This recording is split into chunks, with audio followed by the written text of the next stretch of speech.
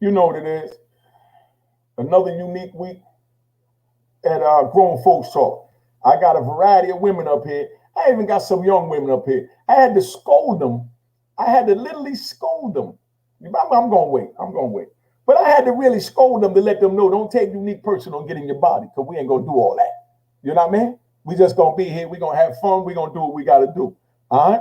Now, we're going to let the numbers build up. But like I said, we got a unique Grown Folks tonight. You know what I mean? I got a variety of women up here, and everybody going to do what we do. We're going to have fun, and we're going to try and enlighten y'all that's watching to get into the minds of how we move, so everybody know what time it is. You know? I didn't come on last week because I wanted to give everybody a chance to enjoy their Thanksgiving dinner, you know what I mean? And their Thanksgiving weekend with their family and friends, you know what I mean? So I'm just letting everybody know what time it is, man. We up here, we in the house. The numbers is picking up, so we getting ready to go up. I talked long enough. Like I said, I got a couple of youngins up here. I had to let the youngins know that Unique speak his mind. You know what I mean? So don't get in your body, because I ain't going to get in mine. All right? Just so everybody know what time it is. Now I'm going to bring them on up. So I'm going to bring my co-host up. Yo, Hassan, you ready? Put that out, son. All right. What's going on? All right. Tell them who you are, big brother. Big Hassan from Harlem, New York, representing Harlem. All right. Okay. So now we're going to sit here. We're going to bring in Miss Alicia. Where we at? Okay. Alicia Curtis, Baltimore, Maryland. Okay. So we got that. So let's get baby girl up here. Tell them who you are. Is her mic muted? You got to unmute your mic. All y'all got to unmute your mic. Ready, roll. Come on. I'm baby girl from Brooklyn, New York. All right. Unmute your mic, Digits. All right. Okay. Hey, my name is Digits from Bronx, New York. Okay. Tell them how old you is so they know that you two gonna give me the hardest time tonight with Miss T. Definitely 31. See, 31, and I've been down 47 years. Aries. You know what I mean? They was 4 years old when I got locked up. So, you know, if I can't relate to them, don't blame me. I'm just so ignorant old man from 1993. All right. All right. So we I'm gonna bring the troublemaker up last. So I'm gonna bring up Miss Paradise. You know what I mean? And save trouble for last.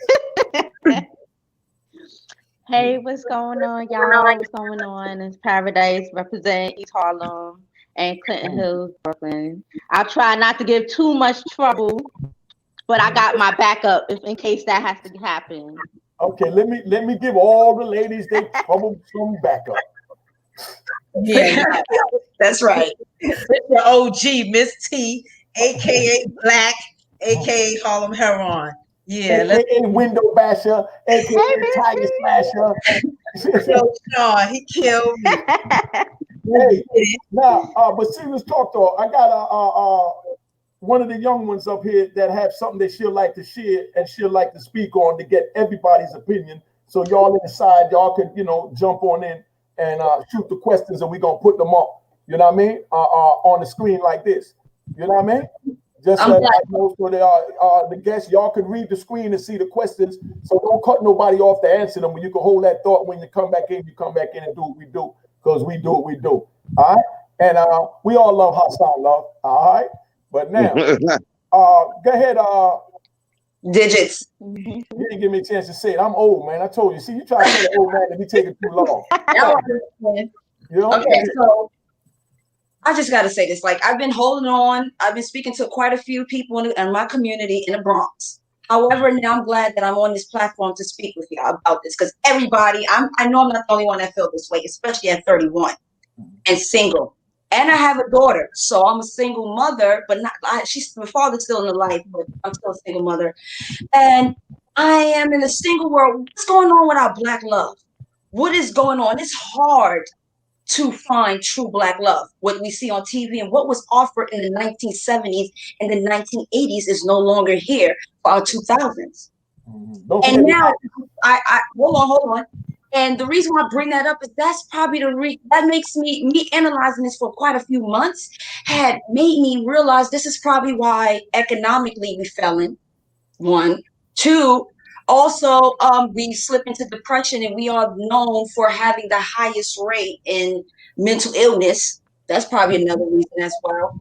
So I'm coming out to the world, Black community, white community, doesn't matter, just a community to understand what happened to our Black love that used to be so united.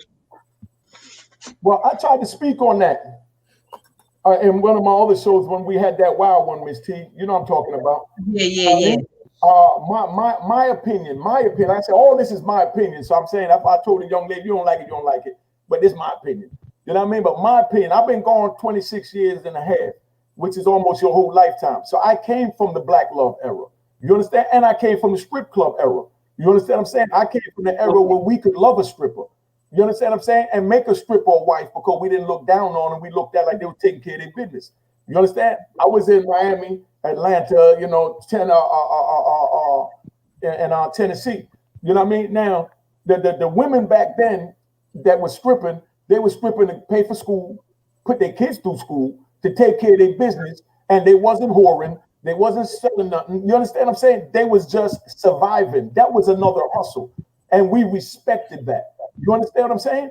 But my opinion and my hypothesis, with the educated guess, is that over the years, you know, when stripping and pills and Molly and everything came in, it crossed sex off.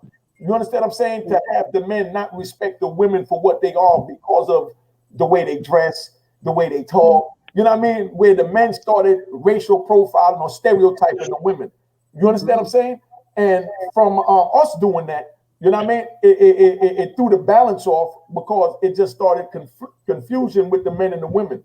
You understand? Like you, beautiful young lady like you, it should be no reason why you can't find a man. You know what I mean? I mean, it could be you. You could be a loony. You know what I mean? But I'm not saying that, and I don't think so. It's so crazy. They say nice. Let me finish. That's a fact, though. He right, though. Let me finish. What I'm saying, I said you could be. I didn't say you was. Because looking at you and the way you presented yourself, that was very intelligent and very artfully put together. But I'm saying a lot of times the women have to look within themselves, for one, not saying you. You know what I mean? Because I've looked within the men from what I've noticed from my homies and seen the way people move and things like that. And like I said, that's what I noticed about how people look at, you know, females from what they do. Even the females look down on other females because they strip. You understand what I'm saying? Or they do what they do. You know what I mean? And they're surviving. There's all different types of hustle. Unique. One thing I want to say to you, because what you're stating to me is I agree to it somewhat. What about social media? You don't think social media played a big platform? It definitely do, because like I said, we look on look. Right now, I'm looking at social media. I'm looking at, 5 beautiful women. I got my pick. You understand what I'm saying? But guys come on here for just that, for a pick. You know what I mean? For a pick and a stick. Let's keep it 100. Nobody's coming on social media looking for a relationship, ladies. I mean, men. Ain't too many men coming on here to look for a relationship. You know what I mean? Women, you still hopelessly, romantically, in love and looking for that in life, which is understandable. Never give that up. There's no way she'd ever give that up.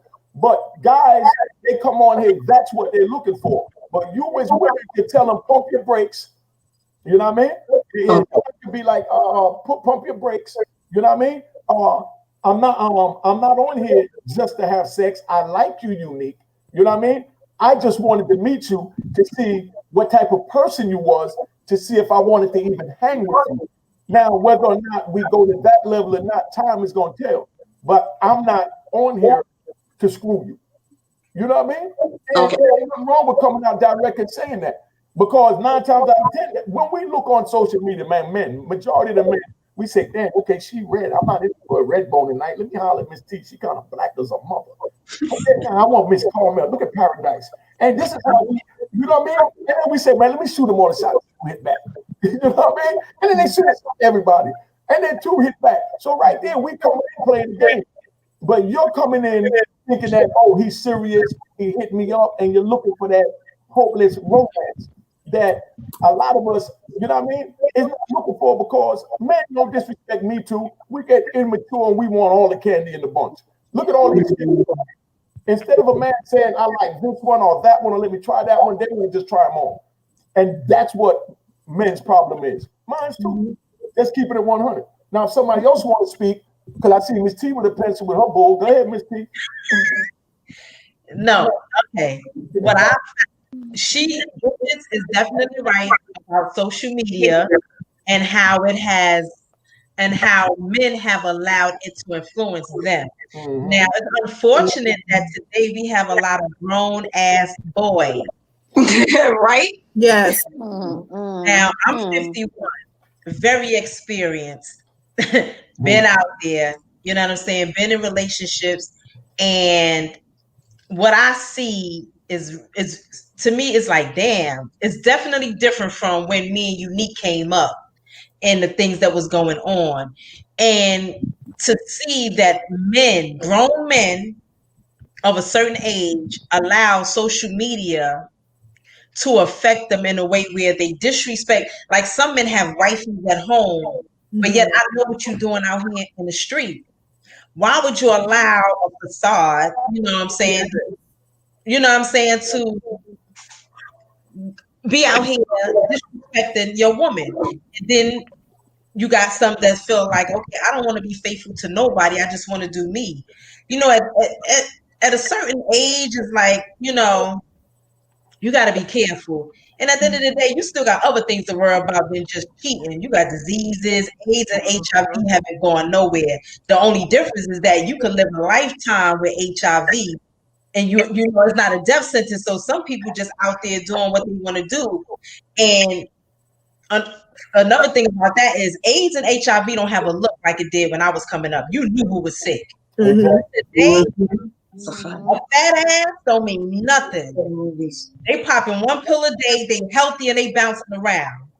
Because my sister has a friend who worked with a lot of people that we know. But one thing I will say about her is she kept everybody's information confidential. She wouldn't even tell her.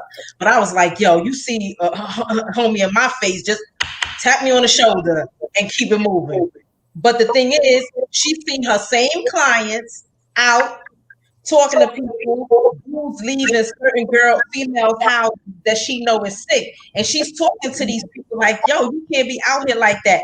And their response is, I still got to do me. So this is a whole lot of other stuff that, you know what I'm saying, you have to worry about when it comes to that. You know what I'm saying? And it's just unfortunate that some of these men or grown-ass boys just don't get it, you know? And it's messed up because you have a lot of men or females that they love hard. And, you know, why mess up somebody's life? You know what I'm saying? Like that. If you're not going to be true to somebody, to a woman, like, don't mess them up like that. You know, bow out gracefully or be honest. Be honest about what you're doing. You know? I also think that it's because, and I don't want to cut anyone off, but we are so desensitized as people that we have began to not look at the character of a person, but the material wealth of a person. And that can make it or break a person or a relationship or even kind of love. Because when you have your mind set on, oh, well, they got money, so you bypass all of the characteristics of a person just because of what you see with your eyes. And that's the reason why a lot of relationships, a lot of things, it don't work.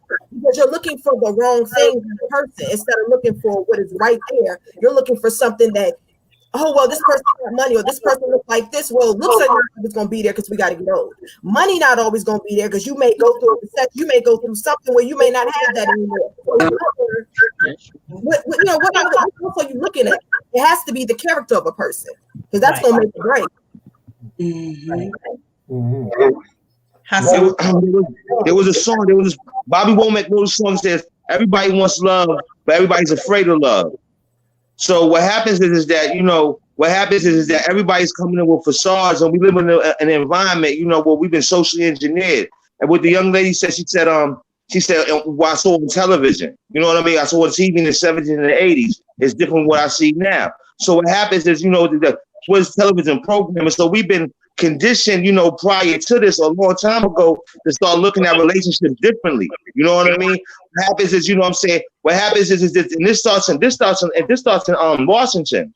Because what happens, relationships prior to used to be a commitment, but now it became being an option. You know what I mean? Remember, before you had to be married to even have kids. You know, a woman could walk around with kids and not be married. You know what I mean? That was like taboo. You know what I mean? But what happens is that, you know, with a lot of different policies that came involved, what happens is that, you know, this is the repercussions of the policies that came involved and said, you know what, you can do this, you can do this, and you can do this. And you know, but what happens is that now we growing up and not seeing relationships. We growing up and not seeing the dynamic, you know, to mimic the behavior ourselves. And that's why our communities are weak, because, you know what I'm saying, for the simple fact that, you know, it's not families. It's single families. You know what I'm saying? Whether it's male single families or female single families.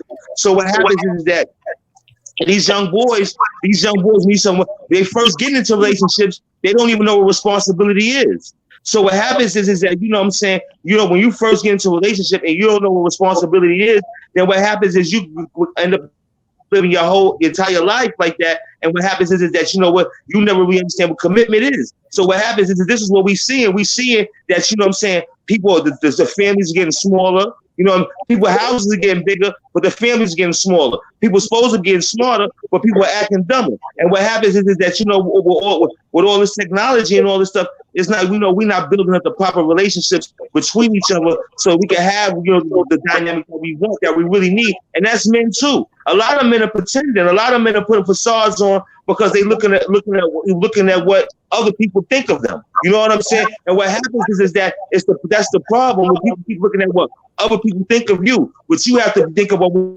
you think of yourself. You know what I mean? You have to start understanding yourself. But, you know, when we get caught up in relationships before we understand it ourselves, it even says in the Bible to give all your love, in Song of Solomon, to give all your love, that you'll be held in contempt. You know what I'm saying? You'll be played like a fool. You know what I mean? So we dealing with something that's way older than us. You understand what I'm saying? So it's a certain dynamic that you have to do to make sure that you have a sustainable relationship. And part of the thing is don't fornicate. But we too quick to want to have sex. We got to realize the character of the person. Because what happens is that once you have sex, your ego get caught up. You get caught up with your ego. Even if you don't like the person, you get caught up with whatever the situation, what that person does for you, or how that situation may work out in the bedroom or whatever. So what happens, you get caught up with your ego, and you're not even dealing with the person for the worth of the person. You're dealing with the person because, the person moaned loud or whatever the case may be. Whatever that situation is, and it's giving you a feeling of satisfaction, but that's a temporary feeling. Because what happens is people's feelings get involved. And what happens is you can't play with people's feelings. You know, one thing you will always learn, you know what I'm saying, you know what I'm saying, in terms of dealing with relationships, you can't play with people's feelings. Because what happens is whenever you play with somebody's feelings, you can't expect whatever comes back, you got to deal with it. You know what I mean? Because you got to be upfront with somebody. And what happens is what dudes is doing is taking women's choices from them. You taking a choice and say, being straight up and say, I ain't about nothing, I ain't this, go ahead.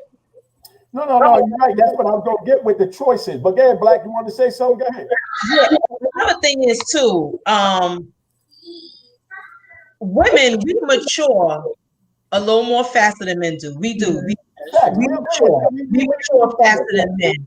So we have a responsibility, too, to hold them accountable, you know, for the things that they do. And like Hassan said, communication is key. And a lot of times, chicks get with men based on who they think they are or who they portray to be or what they have. And they can be cornballs and clowns. You know what I'm saying? So it's like, it's up to us, and we have to be responsible for whatever goes on. Because number one, like I said, we do mature faster than they do. And if we want to be treated a certain way, then that's what you have to teach them.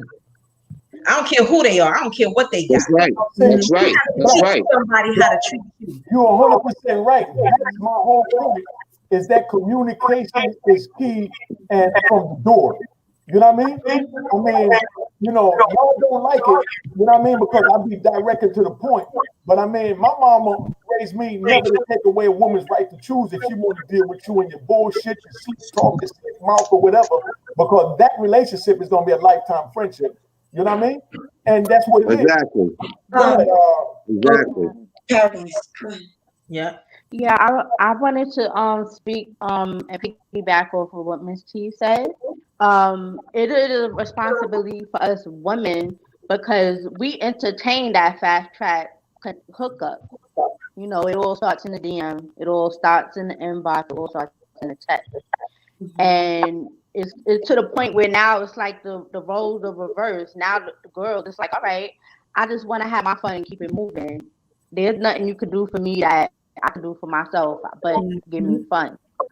And with that mentality, it's not all the way kosher because it's building a superficial connection. Like a lot of women are accepting having a superficial vibe and then complain when, oh, like, damn, you know, I hooked up with him, everything was cool, but he didn't hit me up. What do you expect? Like, you didn't give it a chance to build. Like, I miss the days where I would walk, it'll be a nice summer day.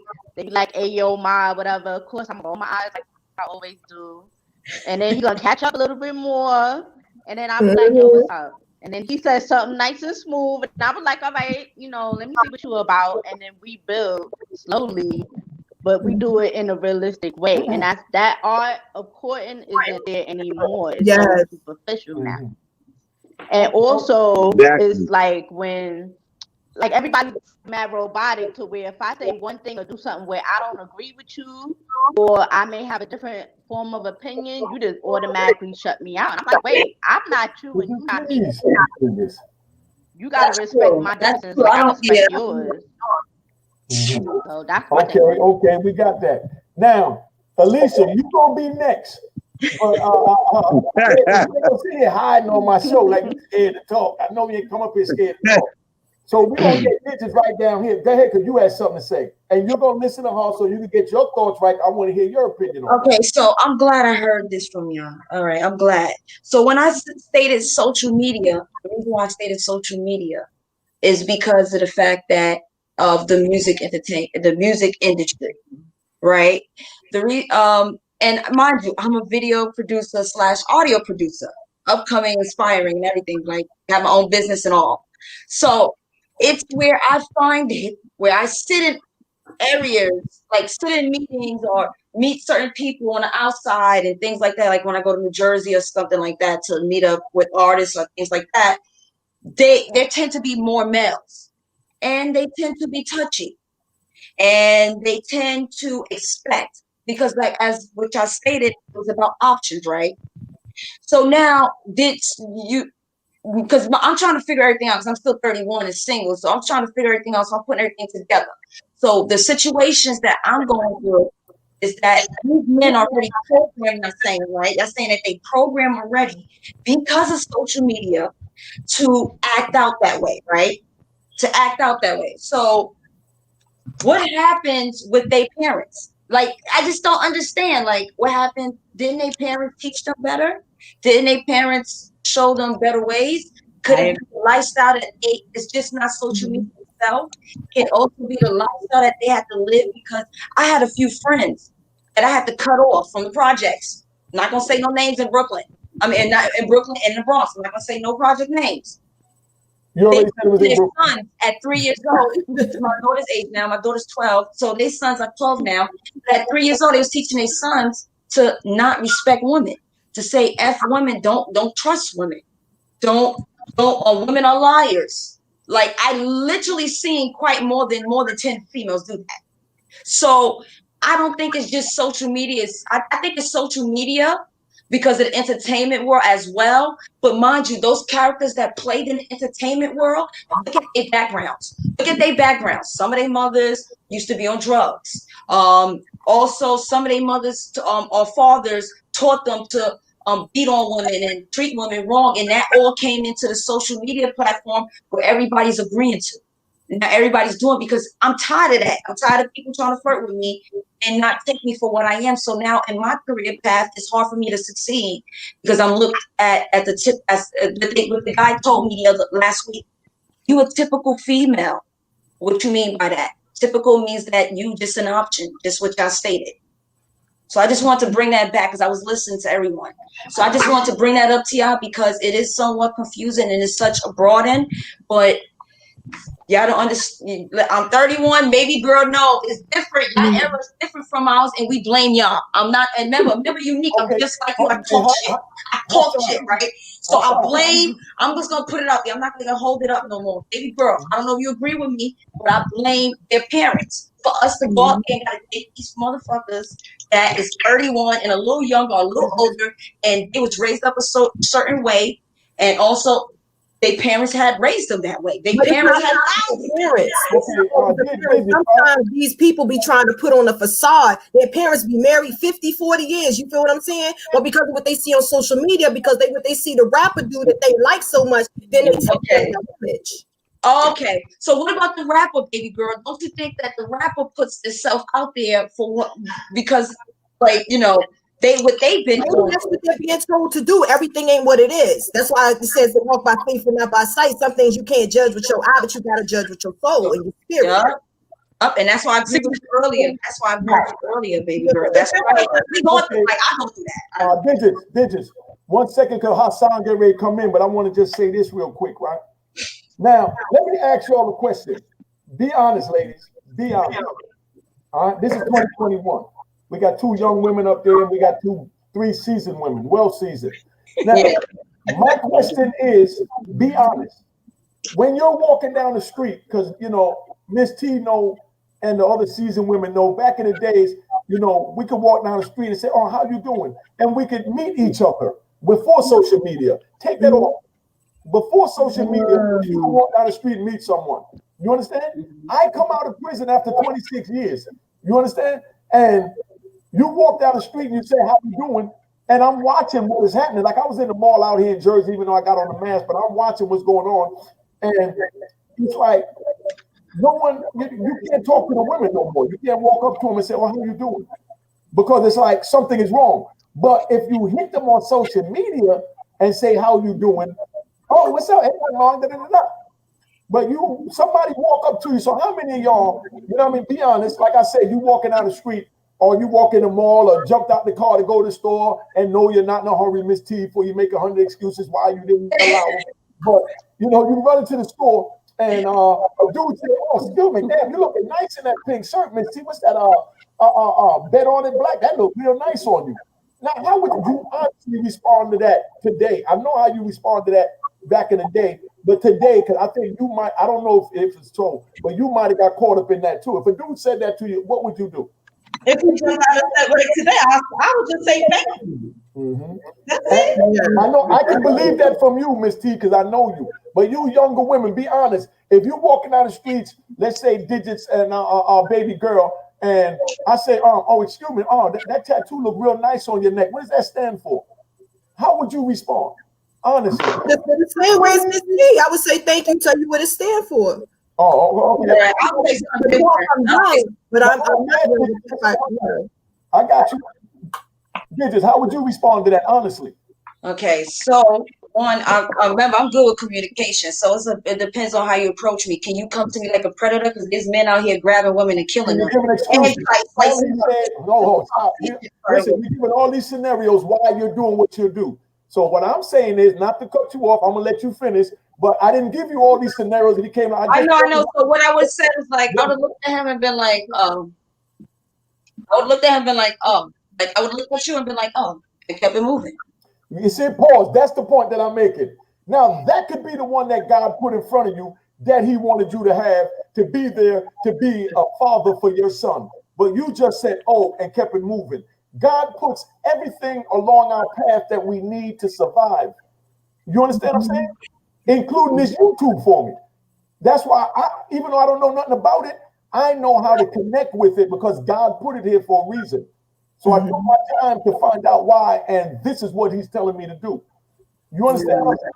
So by you saying, and keep it moving, you know how many of God's choices you might have let go by with, whatever.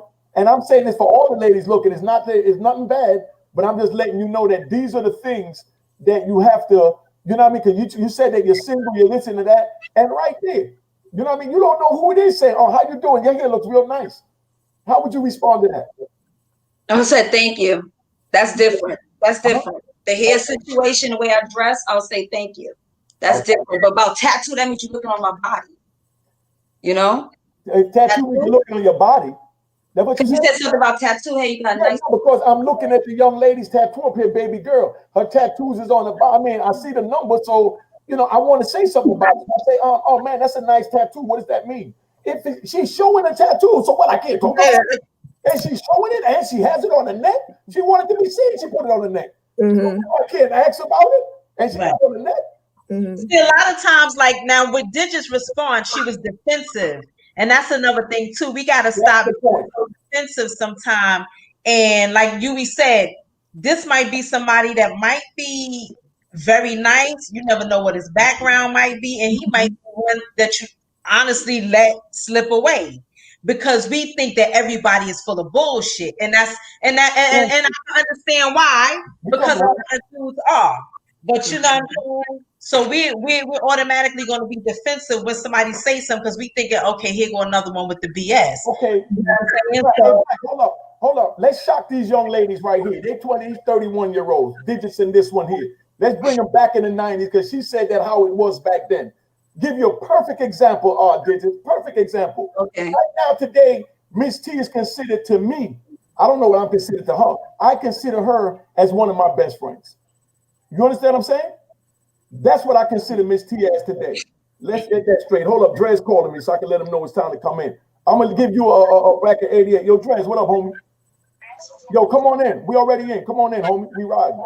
We already sent it. We riding. We coming, Haas. Let me bring this in because I want your opinion on this. Come on, Drez. Yo, Drez, go ahead and come in. Come on, homie. All right, one fact. All right. So now, Miss Digits, if you got offended at me saying that I like your tattoo and you felt I shouldn't have looked at it, right? I never got offended. I just wanted to avoid any conversation because I know it could lead.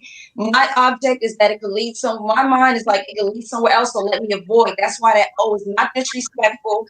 And I still make contact to let you know that I recognize what you said, but I'm just saying, because that's just a simple response back, which is not disrespectful. Everything gonna have to be thank you or I apologize. But you didn't give him a chance, did you? Oh, black, don't say a word, Black. I'm gonna give it a scenario. I'm gonna give these two young ladies. So therefore, like if you would, okay, so that's basically it, yeah. Okay, so now sit back and listen to this because I don't want to have to mute your mic for trying to cut me off when I start talking. You know what I mean? Because I'm gonna give you real. Hey, Chichina, take that grown folks off so I can see her face when I talk to her because it's blocking her without something up there. Now, Digits, this I just told you that became my best friend. I met her from back in like 87. You understand? And today in 2020, 30-something years later, I'm telling you that she became my best friend. You understand what I'm saying? And she's always holding me down. You understand what I'm saying? Now, when I met this young lady, I met her in the elevator in her building. Tell her what I said to you, Black. No, tell her what I said to you. No, when I met him, we on the elevator. He was like, "Damn, you a pretty black bitch." I was like, "What?" Okay, pause. That's the first thing. I was like, "I ain't no bitch." She said, "Nah, you not. But you a pretty black bitch." And we've been cool ever since. Listen, but the point that I'm making is she didn't hold me responsible for that. She gave me a chance to communicate what I meant by that and who I was. You know what I mean? By communicating back to me. Big Drez in the house. You know what I mean? All right. What's up, Drez? What's up, everybody? All right. Black Sheep, y'all. That's family. You know, he had another appointment, but he always hold me down on Fridays. But now, Miss Digits, right? Now, if and forget me, if who the hell y'all like now? If a dude looked like Drake or Chris Brown or Future walked up to you and said, "Man, you was a pretty Carmel bitch," you know what I mean? How would you respond? And what would you do? Oh my God! I would have went right across the street. Oh my gosh! I would have just tried to go the opposite direction because it's gonna just be ugly. Because my mouth is disrespectful. Okay, but stop. See what I'm saying? But because Miss T communicated and allowed me to communicate, we communicated as adults. You know what I mean? We're the best. Now, because God put us in that elevator for a reason. Yeah. And we didn't get the opportunity by my unique way of communicating. Like, look, I'm looking at her. I didn't mean to disrespect her.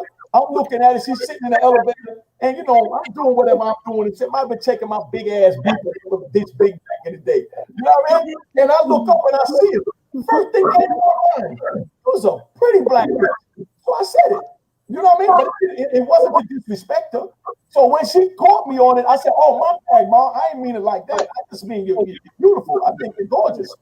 You know what I mean? Yeah. Okay, so we go back to it's what you say and it's how you say it. Now we have morals and we have standards. The 80s and 70s, all right, was never like where you could call people a beast. So I do imagine this is in the 90s, right? Because if you did that to a woman, she might have went back to your mother and told your mother that you said that to her. So that's a little different. So that's your situation. That's what's going on. However, we're in a society where we killing each other, period, point blank. Violence is a virtue, right? So we cannot just go ahead and be happy, dandy, and stuff like that, walking down the block and allowing people to enter our life. If we could cut off a friend that is BSing because they don't want to get themselves together or they spreading rumors about you, why would you want somebody that you just don't know to conversate with them on the street because they come to you and say, "Hey, bitch, you sexy. You just called me a bitch." Now, I might be in a bad space because I'm going to tell you right now, in 2020, I'm off mentally. I'm on my grind. So I got to weigh out the good and the bad. So I'm always going to be judging people. So if you think I'm walking around not judging, you got yourself fooled. I'm going to be judging. Okay, so when that person come here to me, I'm walking, that person come to me, "Hey, bitch, you look good as hell." I'm gonna get defensive. I might walk. I might be in a good mood, so I might walk away to not start problems because people be carrying guns now. But either way, no, don't be disrespectful to me. Digits. Either way, my love, as beautiful as you are, that's why you single, Mom. You know what I mean? Listen, let me explain that. I'm gonna let you go, baby. I gotta get Hassan, and I done cut him off 10 times. But I want the younger women to understand how it was back then before social media. Meaning we communicated, man. Mm-hmm. If a dude say that to you and you don't like it, what's wrong with just saying, "Damn, excuse me, why would you say something crazy like that? Who was you?" But I did. And that's the end of it. Then he could say, "Well, you know what? That's the first thing that came to my mind, and I apologize." Right. See, like when you said that to me, I did say I checked the morning, but then he was like, "Nah, I don't mean it that way." To him, it was endearing, and then we had a conversation. So it was like, "Oh, okay." Right then and there, I knew he didn't say it to be disrespectful. That's just how he communicated that at that time. And keeping it 100. At that time, I just came out of jail maybe 60 days. So I'm an aggressive nigga that's used to taking what I want. I see a woman. So we got to accept who you are. So she took the time, you understand what I'm saying, to tame me. To let me know, hold up.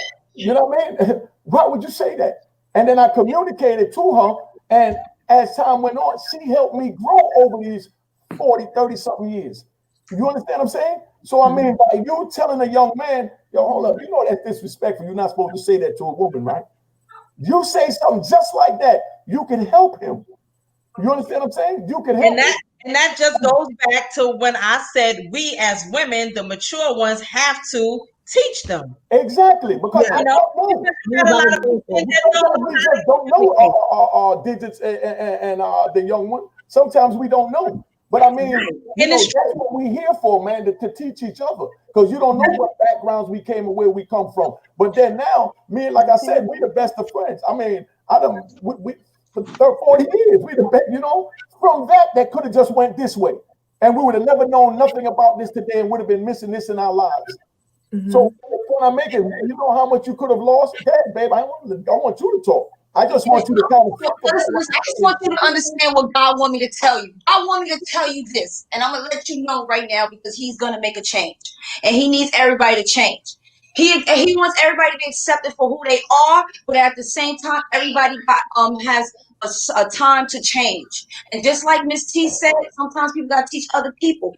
Yes, you gotta teach other people through words and everything. However, when somebody such as yourself, Unique, that feels like people gotta always accept you, that's to be a downfall where you expect a response. You don't expect nothing from no one. You understand? Only you expect something from God and what you could put out to someone else. And what you put out is what is also God's child. So if you come to somebody disrespectful and you know that's a possibility that they might be upset that day or anything could be going in that person's mind, and you got the nerve to say that when you could have said it in the most sweetest way to lift somebody up, because you know what, the pastor ain't gonna go ahead and be like, "He gonna get you right now, huh?" You know, like it's just a simple fact that Unique, I gotta tell you this because God want me to. It's not always about you. It's not always what you want people to expect of you. You understand? You don't need to be accepted all the time. And what other people do, it's okay. And it was things that's coming to light is gonna be changed. Whatever was in the 90s might have been more better for now, but at the same time, things are still not like how it was before a reason. And God is showing us that. So But Digits, what if you have a good man? One more real quick, Digits. What if you have a good man or a good young man that comes to you and says something? I mean, Unique situation was a little different in a sense because I know what he meant at the time. But what if somebody comes to you and again to them it's not disrespect, but and you just said something, Digits. You said where are their parents? If they were not taught how to communicate. Thank you. If they were not taught how to communicate, the only way you're going to find out what they really mean is to have that dialogue. And you check them and listen to what you said. You get to know them. And then they might say, no, I didn't mean it that way. I'm just trying to holler at you. Blah, blah, blah, blah. That can start a beautiful conversation, a friendship, and maybe a relationship. But if not a relationship, a friendship between you and an individual that may have needed you to come into their life to teach them something. Correct. That everybody has the same mannerisms that you. Not everybody can, have dialect like, oh, how you doing? Some people like, yo, what's up, my nigga? That's just the way that they're, you know what I'm saying? So you got to take that time out. And I'm speaking to somebody that's your age now, 31, but I have an old soul. So when somebody comes at me, hey, my brother, that's not how you speak to me. But what's good, you have to teach them, especially if they don't know. You can't just automatically judge and say, oh, I'm cutting you off because you disrespect. Because like you said, they may not have meant it like that. You're right. Okay. Let Hassan. You've been waiting. Let Hassan. Well, the thing is we've been taught fear. You know what I mean? That's the thing about it. Like what happens is that Black, when you were younger, that generation of women, they were fearless. You know what I mean? But what happens is that so we're dealing with a generation that was taught fear. And what happens is before social media, we're dealing with media. You know what I mean? Mm-hmm. So what happens is we talk fear like the movies like Waiting to Exhale. You know what I mean? Waiting to Exhale, when you look at Waiting to Exhale, look at the image of the black brother. The black brother, you know what I'm saying? He's the bad guy in every situation. Then you do fast forward 25 years later and you got For Color Girls. You know what I mean? And you know what I'm saying? And as a man, I watch those movies and I look at a brother like, damn, brothers is messed up. So imagine how a woman looks at it. You follow what I'm saying? So what happens is that now we got this culture of fear in us, and then on top of that, with the degenerate culture, with the brothers when they open the videos they watch, they either at a club, they either driving in the hood, they either at some remote location with a bunch of girls naked. You know what I mean? Or, and they telling stories, you know what I mean, of poverty and overcoming poverty. But you know what I'm saying? But the imagery is I'm fighting with my girl. I walked out on my girl and fight. So this is the imagery that we see all day during the television. And this imagery affects us. And what happens is that, like Dominique said, Digit said, you know what I'm saying? We failed them. We failed them, you know what I'm saying, as a culture, as a generation before them. But it's not us. We were victims ourselves. It's generational failure. You know what I mean? Because we did what we were shown. You know what I mean? But we got to understand that, you know what I'm saying, your generation has to be more fearful because of what has happened and transpired, you know what I'm saying, through women in this culture. That's why you have things like the Me Too movement and things of that nature, because what happens is, it's more fearful, it is more dangerous. So this is why This is why you respond, but it's also how you respond. Malcolm X said you determine the culture of his people by the women. You know what I'm saying? So it's up to y'all. Y'all got to make us more responsible. Y'all have to, you know what I'm saying, by the way y'all behave. And it's not all y'all, it's not all, because it's aggregate. It's not one thing that's messing us up. Aggregate means a whole lot of different things. You know what I mean? So it's not one thing that's messing us up, and we got to understand that, because like you said, we teaching our kids certain things, and we're not giving them balance. We're not giving them duality. You know what I mean? And we got to give them balance. So you know what I'm saying? Because we destroying the next generation. We destroy. You know what I'm saying? When I listen to you, I hear the passion. Why? Because you know what I'm saying? It shouldn't be this way. Yeah. It shouldn't be this way, but it's this way, and we got to find out what are the real problems. Just like this, if we drive in a car, you know what I mean? If you drive in a car, you drive in your car, and you hear something wrong with it, you know what I mean? And you might figure, I got to figure it out. Oh, that's this, that's whatever, right? But once you open the hood and you look like, oh man, you know what? I don't think I need to mess with that. You know what I mean? Because you don't know exactly what the problem is. So what do? You take it to somebody who knows exactly what the problem is. You say, I got a ding ding here, I hit a shake here, whatever the case may be. I think it's this. But he might come back and tell you something totally different. So that's when we talk about these problems and talk about community, why the men acting like this, why the women acting like this, why we have all these variations of problems. Because we're being victimized, we're being maneuvered. We don't understand social engineering. And social engineering is exactly what we're saying about the culture, the things we watch, the things we listen to, the social media, and we mimic these behaviors. We start mimicking these behaviors, and we start want to aggrandize ourselves in this false reality, because everybody want to be heard. But then another thing is, we talk about as we're being older. When you older and you 30-something, and you got kids and bills to pay, you walking down the street, your mind is on, I got to do this, that, and the other. So if someone stop you, you be like, yo, what's going on? You know what I mean? You alerted, you know what I'm saying? I do it. People ask me, what you want? You know what I mean? So, you know what I mean? If a dude asks, you know what I'm saying? So what happens is that, we all walking around alarmed. This is what's called self-hate. Self-hate is when we see each other and we alarmed, but we see somebody else and we calm. You know what I mean? So how we see another group of people be calm and we see each other and we come with alarm. So we got to understand the root of what's making us not love each other, not help each other, not want to, you know what I'm saying? Want to be a wholesome community and a wholesome society to each other, because we raised people to be antisocial. That's when we raise children to be antisocial. You know what I'm saying? We have to raise our children to be pro-social. But it's the dynamics, the environment we growing up. Okay, Haas. I think, I'm gonna give Digits credit and Baby Girl credit. You know what I mean? Because everything they say is right. We supposed to be taught, but we wasn't there. You know what I mean? We dropped the ball.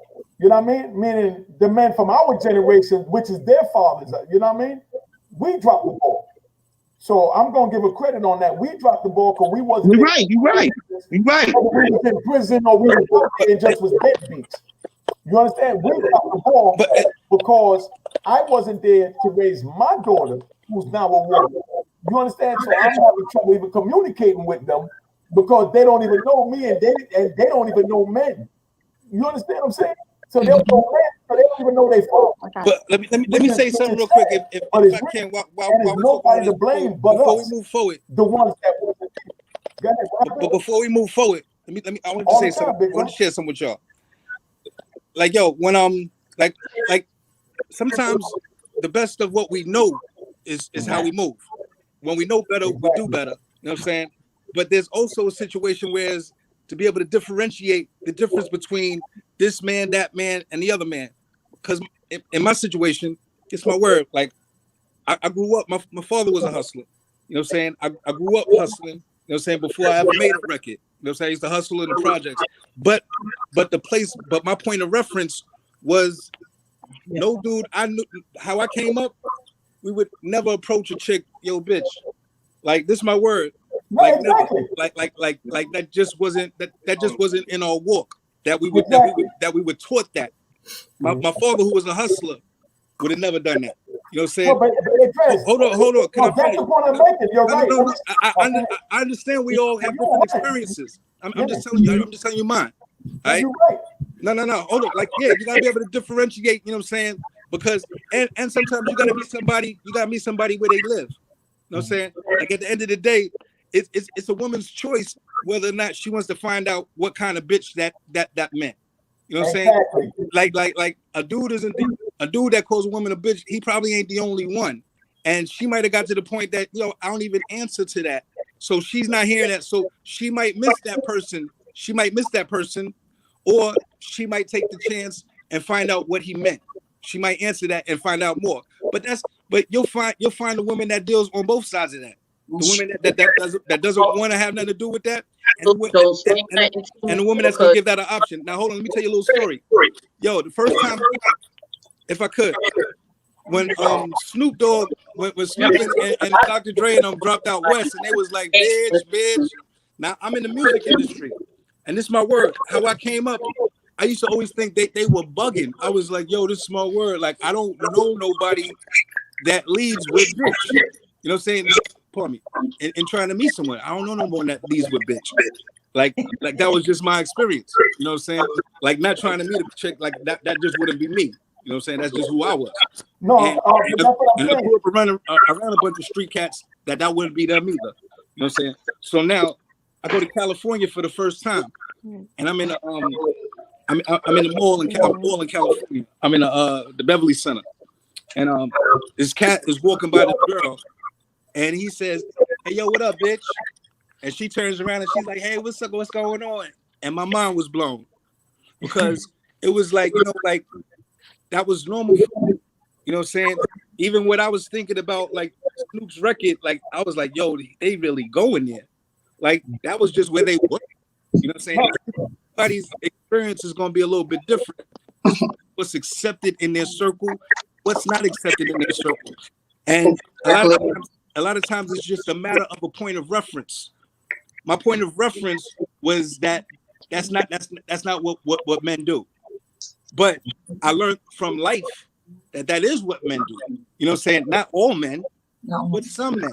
Until they either learn better or until they don't. You know what I'm saying?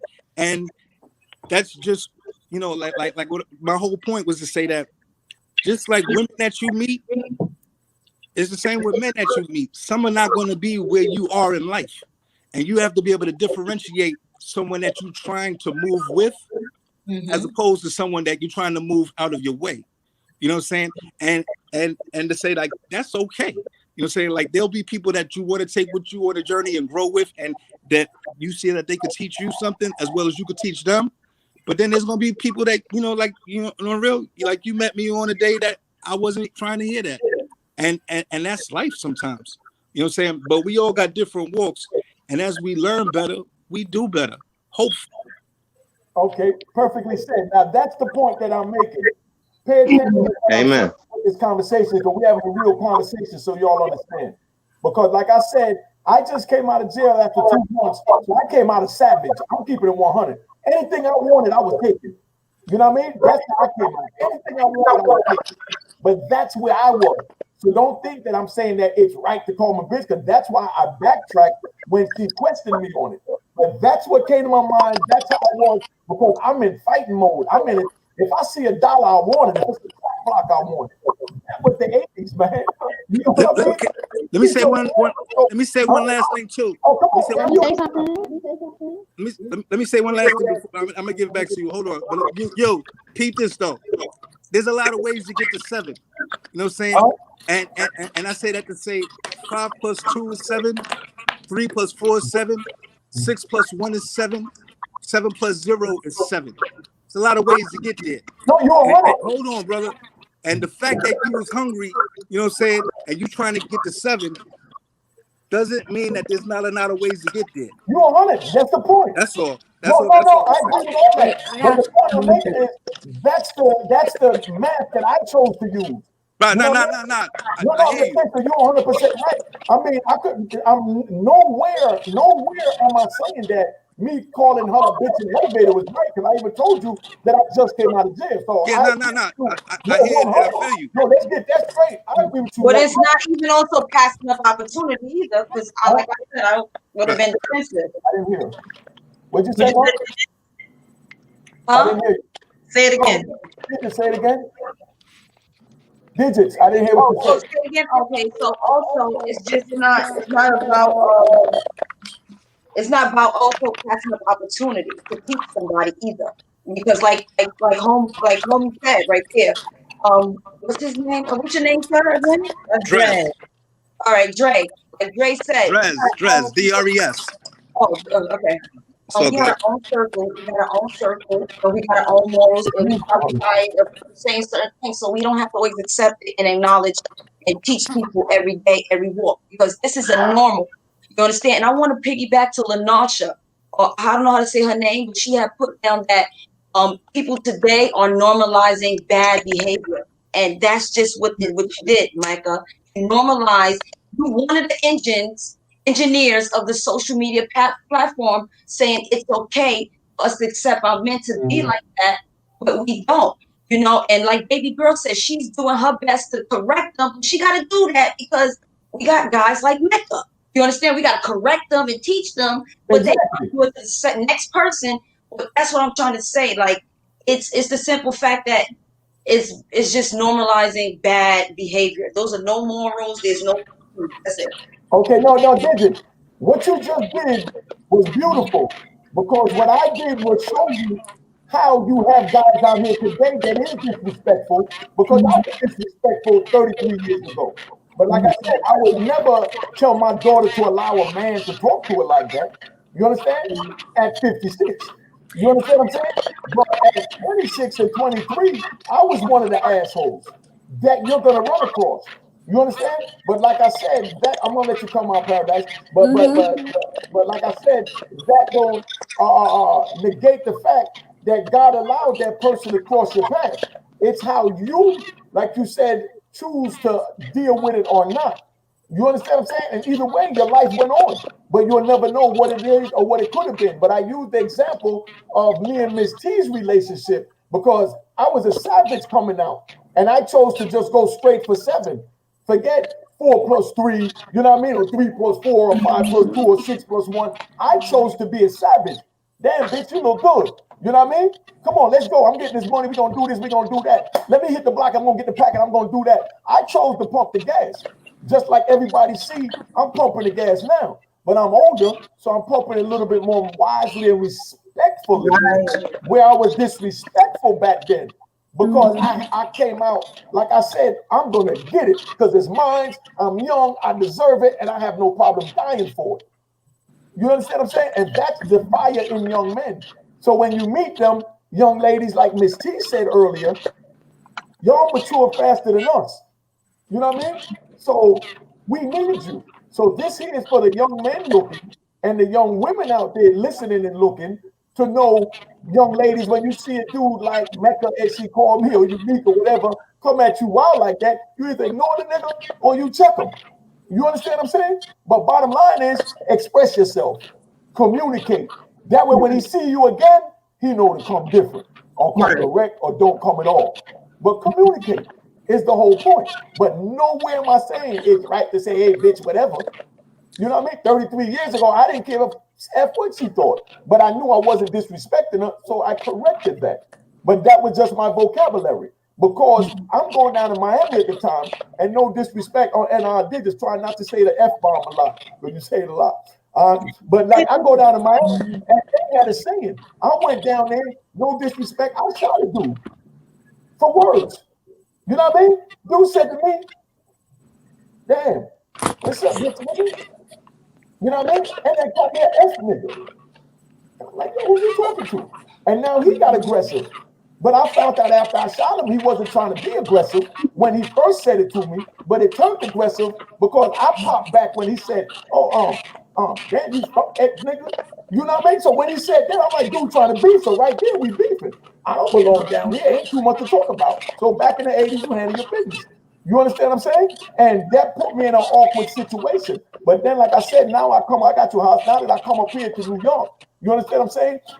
Down there in Miami, and the Miami people looking and listening, Miami dudes would stick their hand up on the girl's crotch and grab her crotch walking through the club and everything else in the 80s. You know what I mean? A girl walked through wearing that old freak joint, and they walk through, every hand in the club is going on her body. Because she came out saying that she wanted to be touched to them. And that's how they carried it. So now I'm down there, and then I come to New York, and now they wearing Edwin jeans and sweatshirts, where they all covered up down there. Their bellies out, their thighs out, everything is out. So I had a whole different mentality and frame of mind than a typical New Yorker, because I'm hustling down in Miami and Atlanta, where they wild, like they was wild.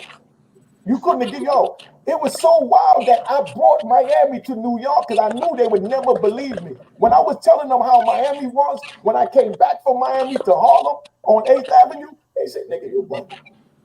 No way in hell the women is allowing that. No way in hell is a dude just gonna put his hands up in the thing or whatever. You understand what I'm saying? So I brought all of that to New York, and that's what made Club 2000 and Unique Mecca Audio legendary. You know what I mean? But it don't make it right. Let's get that straight, ladies. Okay. At all. I'm not telling you that. You know what I mean? It don't make it right. And I apologize to all the ones I crossed and disrespected when I was on savage mode. So the young ladies know, don't allow no man to talk to you like that. And never let a man talk to you like that. You know what I mean? So I'm definitely not stamping that. But I'm just letting you know where I was at. And there's a lot of brothers out there that's looking that's like that. Maybe they listen to what I'm saying and how Digits and Baby Girl and Paradise and Miss T and Hassan and Black Sheep is letting them know, don't stand for that. And that's what this platform is for, to show them don't do it. But I'm playing devil's advocate, playing the old 88 disrespectful Unique. That's how it was, because you still have disrespectful dudes doing that. Mm-hmm. So now them watching get to see how it's supposed to be done. And I'm letting them know, just like I said, I sold all that drugs and all that back in the day, so I can relate to the street. I can relate to disrespecting a woman, and I'm telling you it's not right. Go ahead, Hoss, my bad. What it is that what happened is what Brez was talking about earlier. We've seen a blending of street culture and black culture. What happens is when you were talking about earlier, there was a street culture was a subculture inside of black culture. It wasn't black culture. Black culture has now become, through the media, through the movies, through all these different things, black culture has now become street culture. So now all the guys want to act street. Now all the guys want to have this facade, you know what I'm saying, they have this tough exterior. So what happens is that now, because when I came up, when I was younger, and I used to be around some serious people. Women, when the women came, they stood, when we was in a circle talking, they stood about 10 to 15 feet away. And they waited till, that we came to where we finished talking about, and then we called them over and walked over there to them. You know what I'm saying? Nowadays, the women will come up in a crowd of guys and, this, that, and the other. And you know what I'm saying? So, that's the culture. I seen that change. So what happens is that, we got to understand that the culture has changed, and how did the culture change? And you know what I'm saying? And what happens is the street culture should not be a part of black culture. And this is why the young people can't get together, because because certain entities have created, merging of our culture with the streets and made it the whole culture instead of a subculture. And that's what was a subculture, because that's the culture I come from. But that was a subculture. But I watched it transform into being the entire black culture. You know what I mean? And that we already had poverty, so we didn't need a degenerate culture to bring us down even further. Like, in my opinion, even within that parameter, though, it's for us to lead. You know what I'm saying? Like to say that. No, I hear what you're saying. You know what I'm saying? As far as what people are being fed, but at the same time, it's important for people. Like I come from a place where you don't know who you calling bitch. You know what I'm saying? And you call the wrong woman bitch, and it's gonna hurt. You know what I'm saying? Exactly. I promise you. You know what I'm saying? You call the wrong mother bitch, it's gonna hurt. Exactly. You know what I'm saying? So I grew up real respectful to that degree, and because when it was ours, we demanded it. You know what I'm saying? We demanded it. You wasn't gonna disrespect us, especially in the coming of right where we're at right now. Even you, Unique, that say that right now you're relearning a lot of things as far as how to stay, how to move forward from here. And part of, and this is part of it. This is part of how you was moving that got you a little off track as far as like sometimes we'll disrespect each other before we disrespect the law. You know what I'm saying? Like right now, it's for us to reroute some of the things that we're doing. Like right now, you're in a space where you're not going to disrespect the law because you have an agenda that is out here that is to change people's lives. That's part of it. What you speaking to, I commend you to say that it's part of you recognizing it was your mentality. Yeah. You know what I'm saying? That needed a bit of adjustment. And your brashness in speaking to a woman like that had everything to do with your brashness on the block. You know what I'm saying? They correlated. You know what I'm saying? In you changing how you move on the block, you also have to change your mentality, how you move within the community. You know what I'm saying? And to lead by example. And what with the conversation we're having right now is a correct one. You know what I'm saying? Like, leaders lead. You know what I'm saying? If you get your cue from social media or from television or movies, then you're different than, you know, there's those people, but then there's also other people that don't. You know what I'm saying? So what about can she speak now? Because I would love to hear her speak, because like I want to hear another woman, like a woman's opinion. Go back, let the woman talk. I got I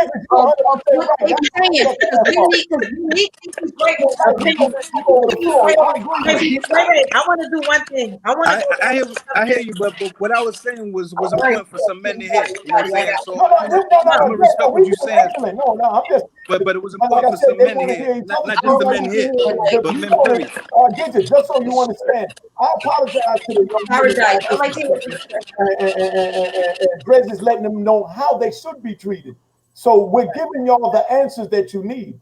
You understand? But now you as a young lady, you're looking for other answers from other ladies, and we're gonna give you that fluid. And not to say I ain't bumped my head. Trust me, I done bumped my head plenty. You know what I'm saying? Like I'm not the authority. But like I said, this is what it's all about, man. Communication. The same way we're communicating here.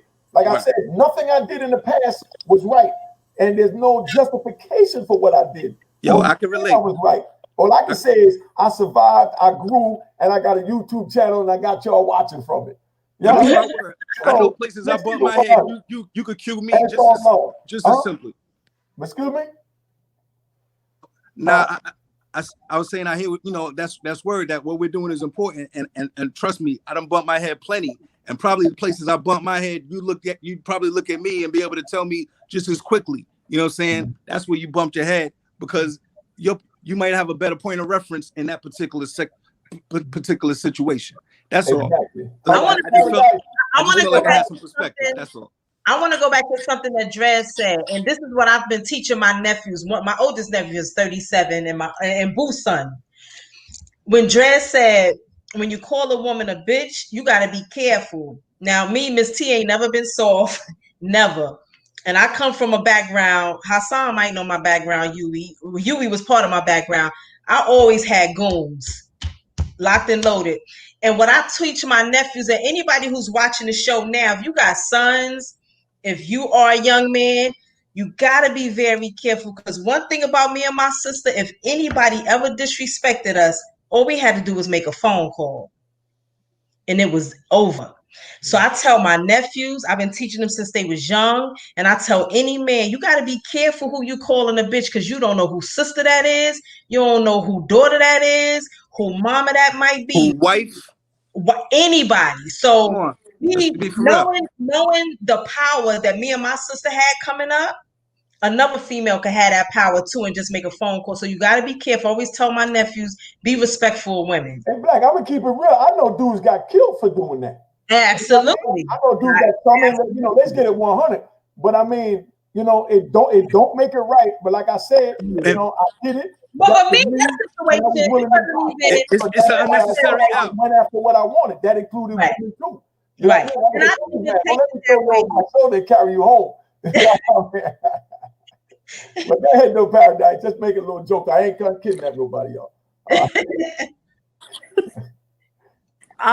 Yeah, so basically with my input to get back to Digits and everybody on the panel is accountability, which is extremely important for men and women. It's not always about, you know, you can't control how someone approach you. You can't build a guy the perfect man, and the man can't build a perfect woman. You know what I'm saying? And that's where a lot of the disconnect comes, because people have high expectations without not getting to know the person. Or what are their intentions? What are your intentions when dealing with the person in the first place? Now, with the term bitch, females have to also be careful, because they use it amongst each other. Like, hey, girl, what up, bitch? Bitch, that, and the third, but they don't speak on that. And I like to be the devil's advocate a lot, because once upon a time, I will always be male bashing all the time. There's nothing that a man could do that I was good in my eyes back in them days.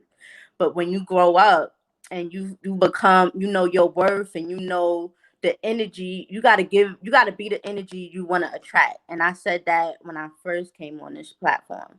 And I'm going to always continue to say that, to teach, young women. You got to know, I'm not accepting this, but you got to be respectable about what you demand too. You can't go off and disrespect somebody's approach, because they may not know, but you can't beat somebody down even further by saying, I don't want you, no, get out of my face. You didn't address me like that. It comes across that you're entitled. And that's very, that's not even attractive. You know what I'm saying? So it's about, and if, a lot with the social media engineering had changed the whole art of courting and getting to know someone. You also have the ability to change that, young women, young men. You know what I'm saying? You don't have to entertain answering a DM or getting so flattered by an emoji. You can always say, look, my name is Digits. I'm a producer. I'm dope. You want to get to know me? This is what I'm about. You know what I'm saying? You introduce yourself. You set the tone. And that's how you bring that attention. What if he wants to entertain it, then he's about himself. But if he don't, then you didn't lose out, because you don't need that energy anyway. So don't look at it in a negative field. You're beautiful, but you gotta let that beauty in your spirit speak before your mouth. You know what I'm saying? You have that capability and control to set the tone of how you're going to have that friendship, how you're going to have that hookup, or even a situationship for that matter. But you can control that. It's all on you. You know what I'm saying? And it's like I said, if you don't like that energy, don't be disrespectful. Just say, you know what, thank you, but I'm good. And keep it simple. Castellation's question. Go ahead. You got something you want to say? Okay. Now, the question is this: in this particular scenario where a dude's approaching a lady by the name of bitch, and like I've heard plenty of women like say like I don't respond to that word. Like no one could call me that word because I don't respond to it. First of all, I've heard a lot of women say that, but just say ultimately, does your response or your lack of response, does that have anything to do with standards, or is that or the lack of, or do you feel like everyone's like that someone does deserve an opportunity even regardless of what their approach is? You know what I'm saying? Like maybe they're coming from someplace that you can show them better, but do you feel like standards have anything to do with that? Like, is that something that a woman should answer to, or is that something that she should hold herself above, or or across the board? Like, I would be under the impression that that she would evaluate it for herself and differentiate this situation from the next situation, from the last situation. You know what I'm saying? And to be able to see it herself. But I'm just asking as a question: does that automatically warrant a response? I don't think. Oh, go ahead, Missy. I'm sorry. I mean, a response, it just depends, but I'm going to check you.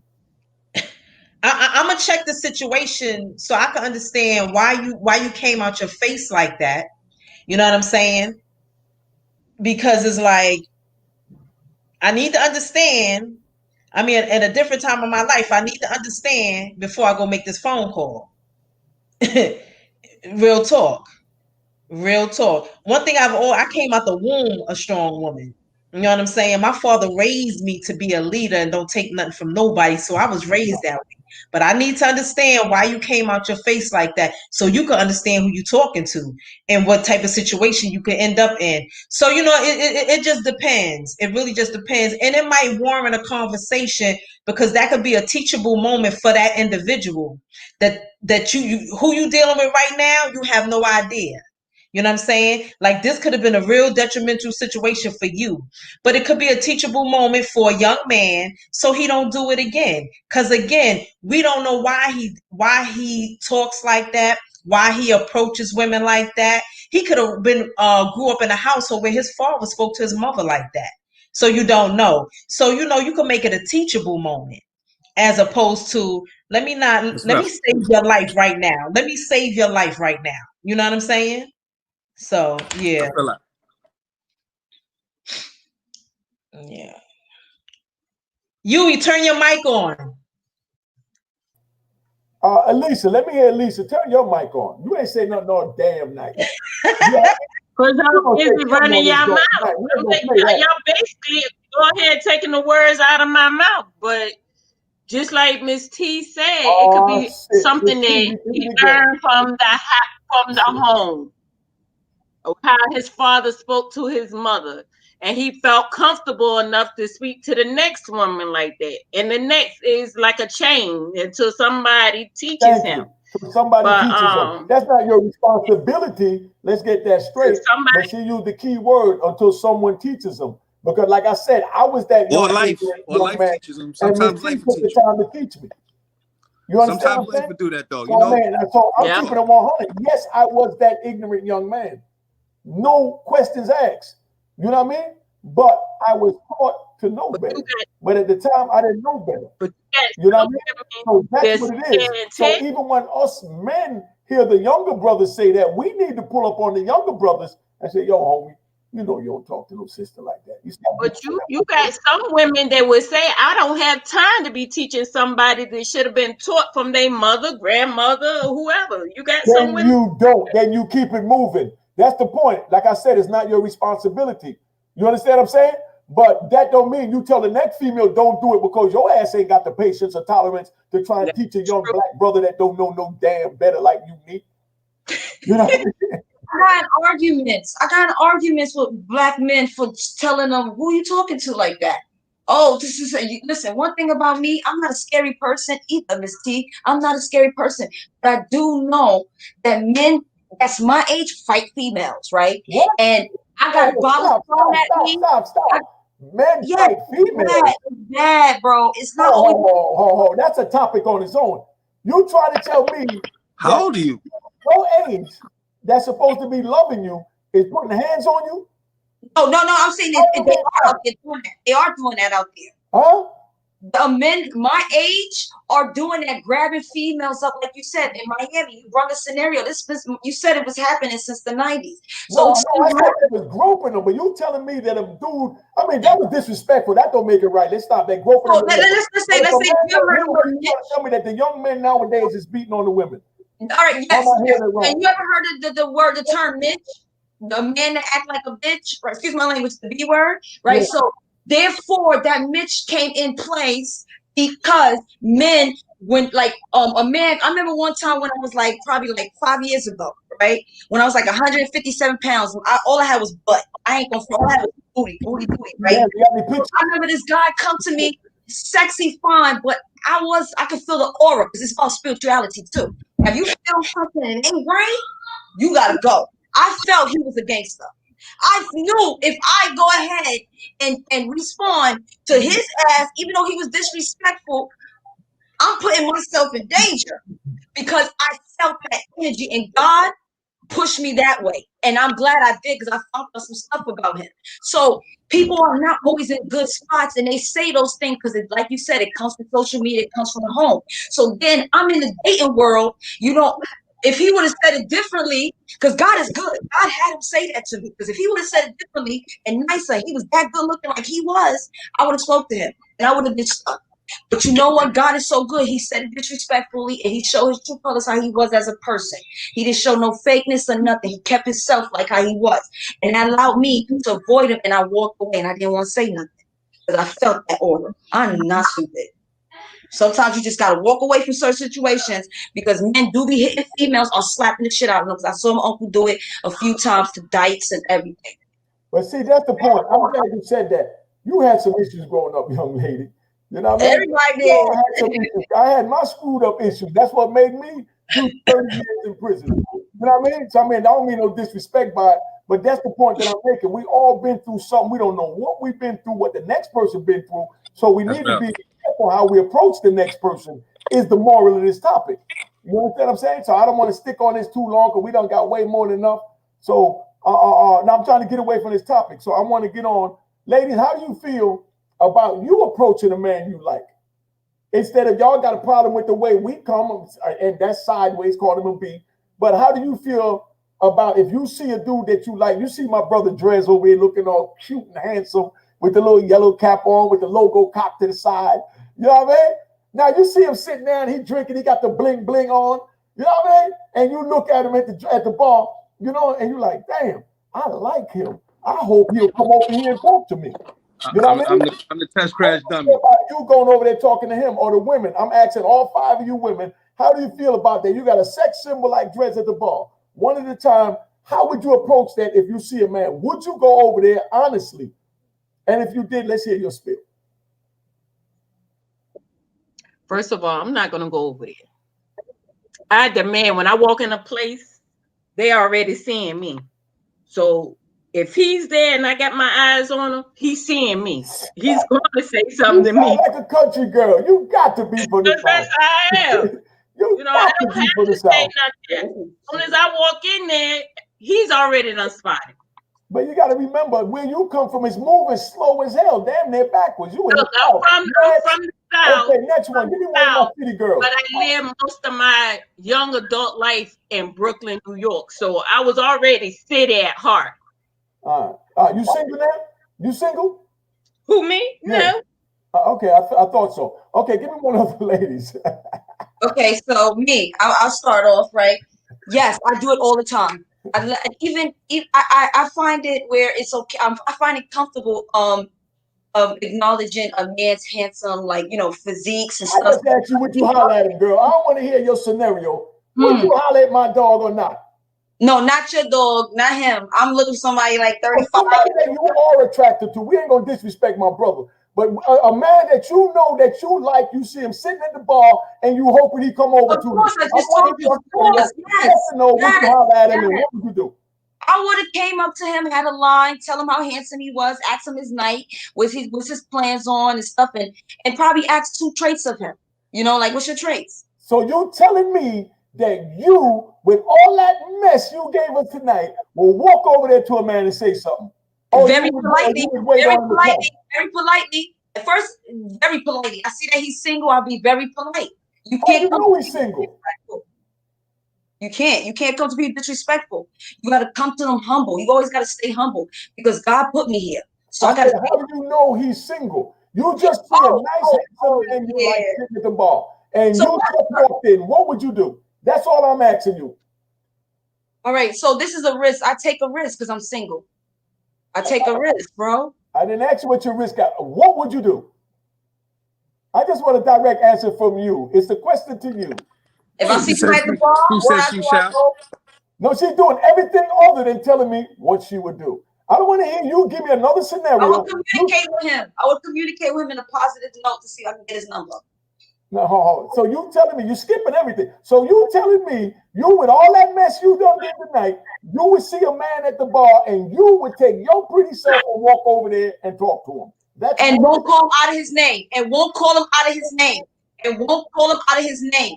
Now, the guy in the street, many of times guys be like, in the street, you're beautiful, thank you. It'd be like 70 years old, thank you. It'd be little kids. What does that got to do with the question I'm asking you? Because I know where you get it from. You're trying to trap something in, and that's not what's going on. You don't want to answer the question. I'm ahead. We straight. We good money. Not to just say, I would never go. I'm ahead. So I gotta teach these men. I'm gonna ask you again. If you see a man that you like at the bar, you know what I mean, and you just walked in, would you walk over and talk to him? I said yes, I would. I like him, how he looked. I would talk to him. Doesn't mean I'm not gonna talk to 2 other people behind him. I just probably just get his number to see how he is. Okay, I'm gonna let you ride. You got that. I'm gonna let you ride. I don't want to ride you too hard. The next 31-year-old. Let's see, how would you handle? I know you would. I could imagine you doing that. So I can't even dispute that. But she fought like a banshee all night. You know, she's a Yamaha. She's a 1500. She been fighting. Now she want to act like she got the balls to holler the man when she saying the man is just trash. You know what I mean? I'm single because they trash. And now you telling me you gonna go holler at the trash? And you want me to believe you gonna holler at what you consider as trash? I didn't say all men are trash. I know you didn't say all men. No, never did you say that. But the point I'm making is you've been describing trash.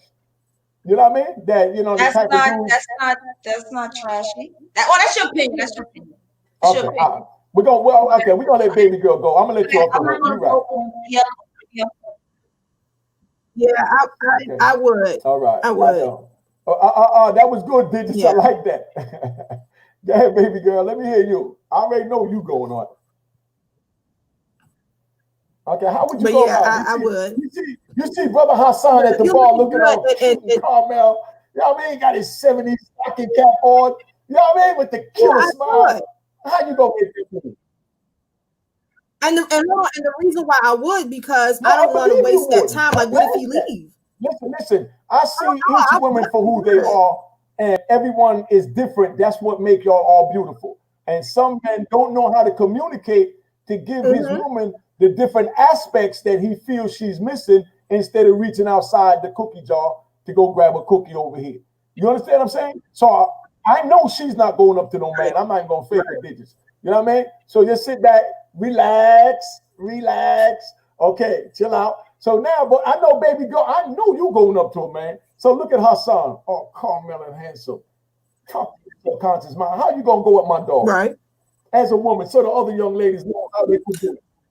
I mean, to be honest, look, so I'm gonna give you the scenario. So he's at the bar, I come to the bar and I tap him on the shoulder. How can I speak to you? If it's loud, I'm gonna whisper in his ear. Can I talk to him for a second? Hold up. Tap him on the shoulder, and Hassan, you respond back. And then she gonna whisper in your ear. We're gonna do this live, so virtual media. Right there. Tap my dog on the shoulder. All right, tap him so he know when to respond. Let's go. She tapped you, dog. You win. Can I speak to you for a minute? Are you free? I can't hear him. I know it. Oh, hold on. His mic is muted. Hold on. There you go. Come on, Haas. He just tapped you, dog. Can I speak to you for a minute? Can I help you? I would like to speak to you. I find you very. Why not? I find you interesting. You catching my eye, and why not? Are you single? Yeah. Okay. Well, seeing as though I won't be here that long, is there any way that maybe I could put my number in your phone, or I can collect your number and we can talk outside of the club? Oh, I'm okay. I'm not making who you came here with though. I mean, like, smart man. Huh? It's just I came with two of my female friends. I'm from New York. All right, where you from? To be exact, where you from? Okay, I'm from Harlem. What part of you from? Oh, Flatbush Gardens. Well, what's that? Vanderveer? Yeah. What's that? Vanderveer? Yeah. You said Flatbush Gardens. You didn't think I know? Okay. We trying to. You see? We is not going. Now, hold up. Now we're gonna have some therapy. Digits, you gonna holler at my man Drez. Tap my man Drez on the shoulder. Let's see how you gonna knock this out the park, Digits. She not feeling me. Let her live, man. All right, so no. You look just alike. I want to role play. So check it. I see him at the bar, right? I'm a good storyteller too. You feel me? Remember, I got to for dad. Don't forget that I got to for dad. Right. So I'm checking him out. I can already see that Grace is fly by. He likes to be clean. That's the first thing I'm gonna compliment him is on his outfit. That's the first thing. Well, so tap up and let's do it. You're doing too much. I don't need you to run it. Listen, no, you're not getting the point though. You're not getting the message. The message is that I'm a predator. I'm ready to stalk it. So I stalk my prey. I gotta come correct. You know what I'm saying? I gotta come correct. I stalk my prey. So what I'm gonna do, I see he fly and stuff. So I'm thinking before I go there, because you just can't go any type of way. Because if I want to pull him, there's mad females there. If I want to pull him for myself and not see him try to talk to someone else and give me the attention and buy me my drink, I gotta do what's right. So I'm gonna go over there and be like, I'm gonna go over there, I'm gonna look at him in his face. I'm not gonna tap him right there because he's gonna get this eye contact because the breast that I got. And I'm gonna make sure my eyes is cute, the way I squinted. I'm gonna make sure the facial expression shows that I'm flirting.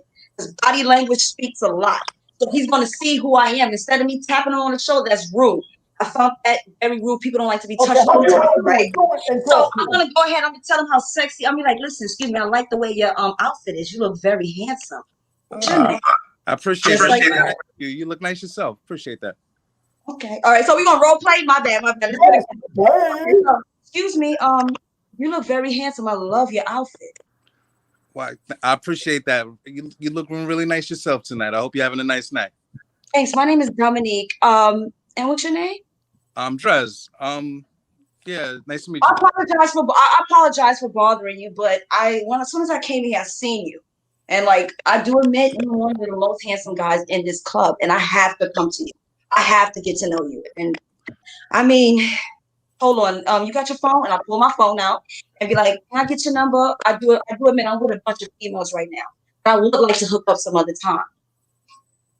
Can I get your number? Dominique, as beautiful as you are up in here tonight, I'm actually waiting for my lady to get here. And you know, like I appreciate the sentiment. I think you're a beautiful lady. And maybe had it been another day, another time, I would love to get to know you better. But I'm a little bit committed to that. And I hope you have a nice night though. Thank you. And that's just between us two. I do apologize. No offense, right? I'm so flattered to think that a beautiful woman such as yourself would even speak to me. That's enough. That's okay. Take care, though. Right? I appreciate it. You have a great night.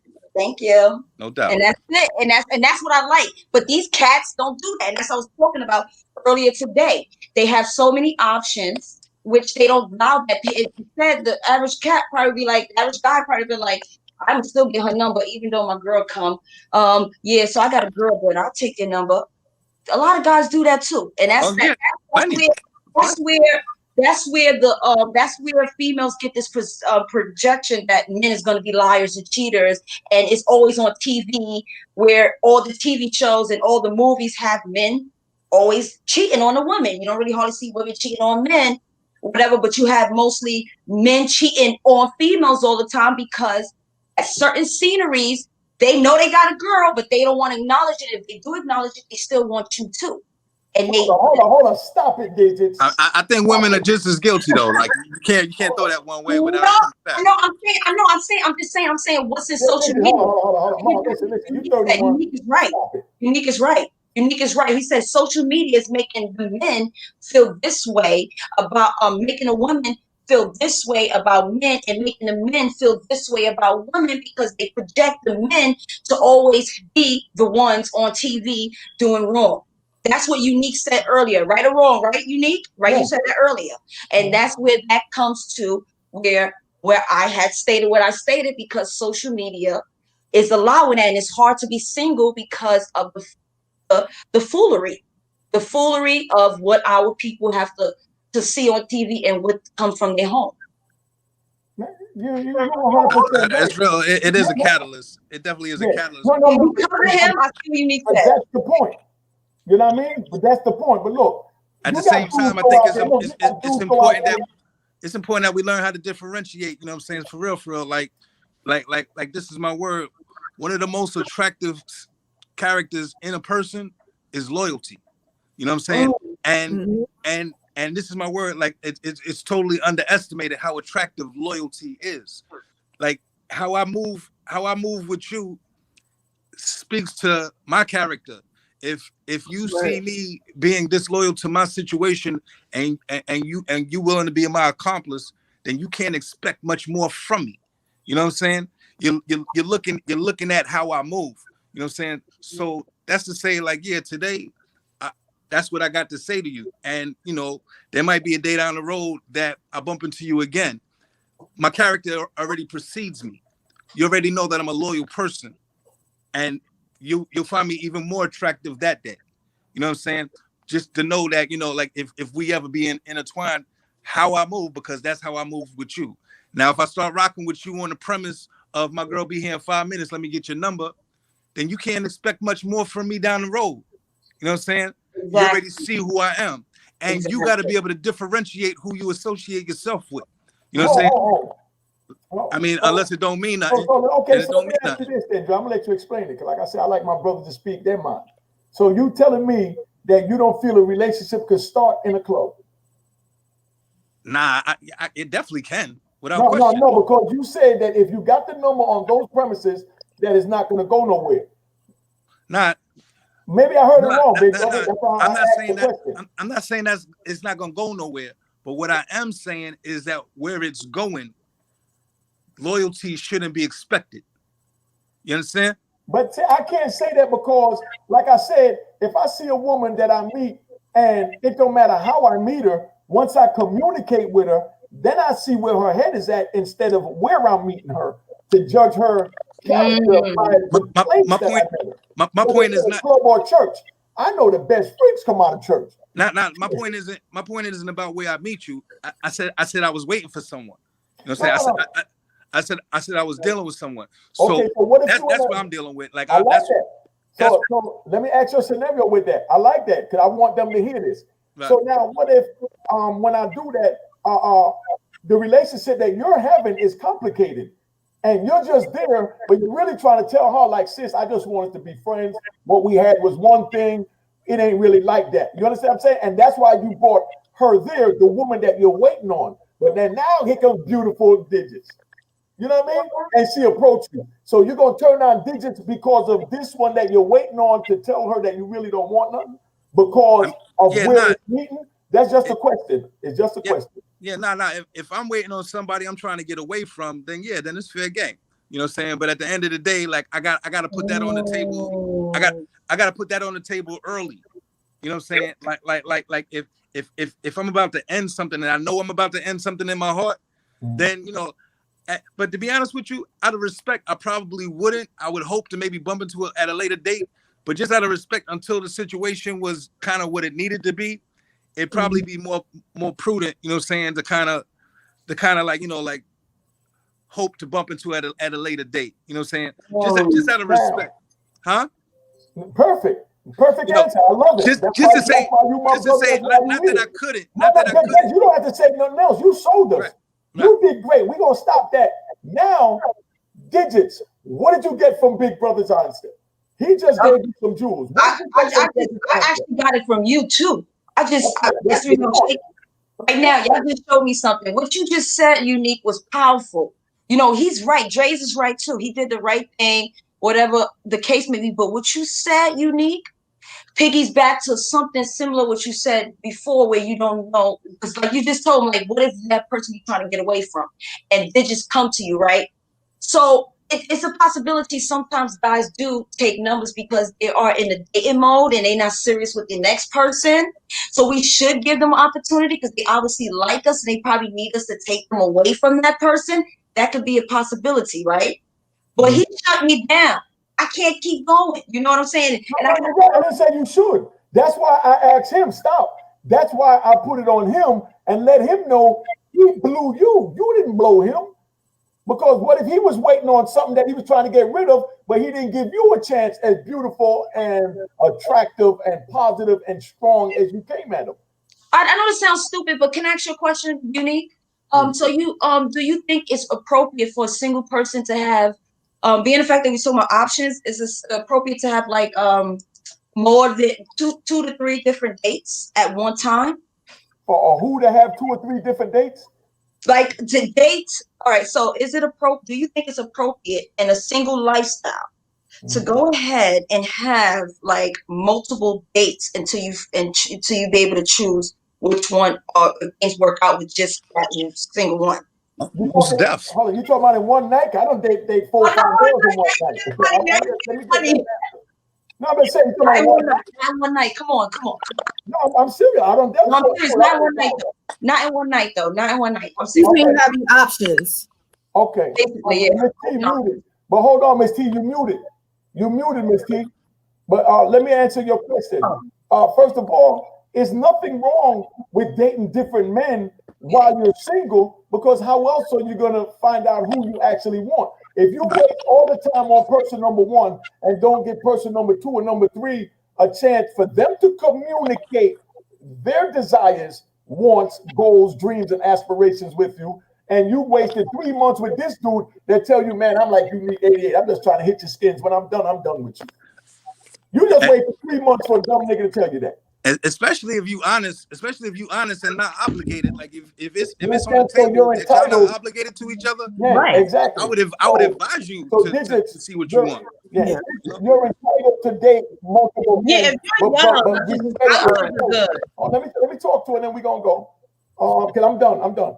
Digits, you want to respect yourself at the end of the day. You understand? First of all, dudes see you look good, so a dude feel you already got somebody, or you a headache, or you a player, and they put all types of things on you. You know what I mean? That's like me throwing a bunch of jewels and all that and do my Instagram, famous thing. You know what I mean? They're gonna think, oh, he's just a player. But because he wearing jewels don't mean he's a player. That just means he attract hookers. You know what I mean? But that don't mean he could be like Dress and tell him, no, I got a woman, I'm not into it. I wear my bling because that's me and I feel good doing that. You understand? But because you're young, you know what I mean, and you're energetic, they're gonna come at you, and you gotta know they're coming at you. And that's all it is. They're testing you out, because while they're testing you, they're testing baby girl, they testing Miss T, Paradise, and they sticking and moving.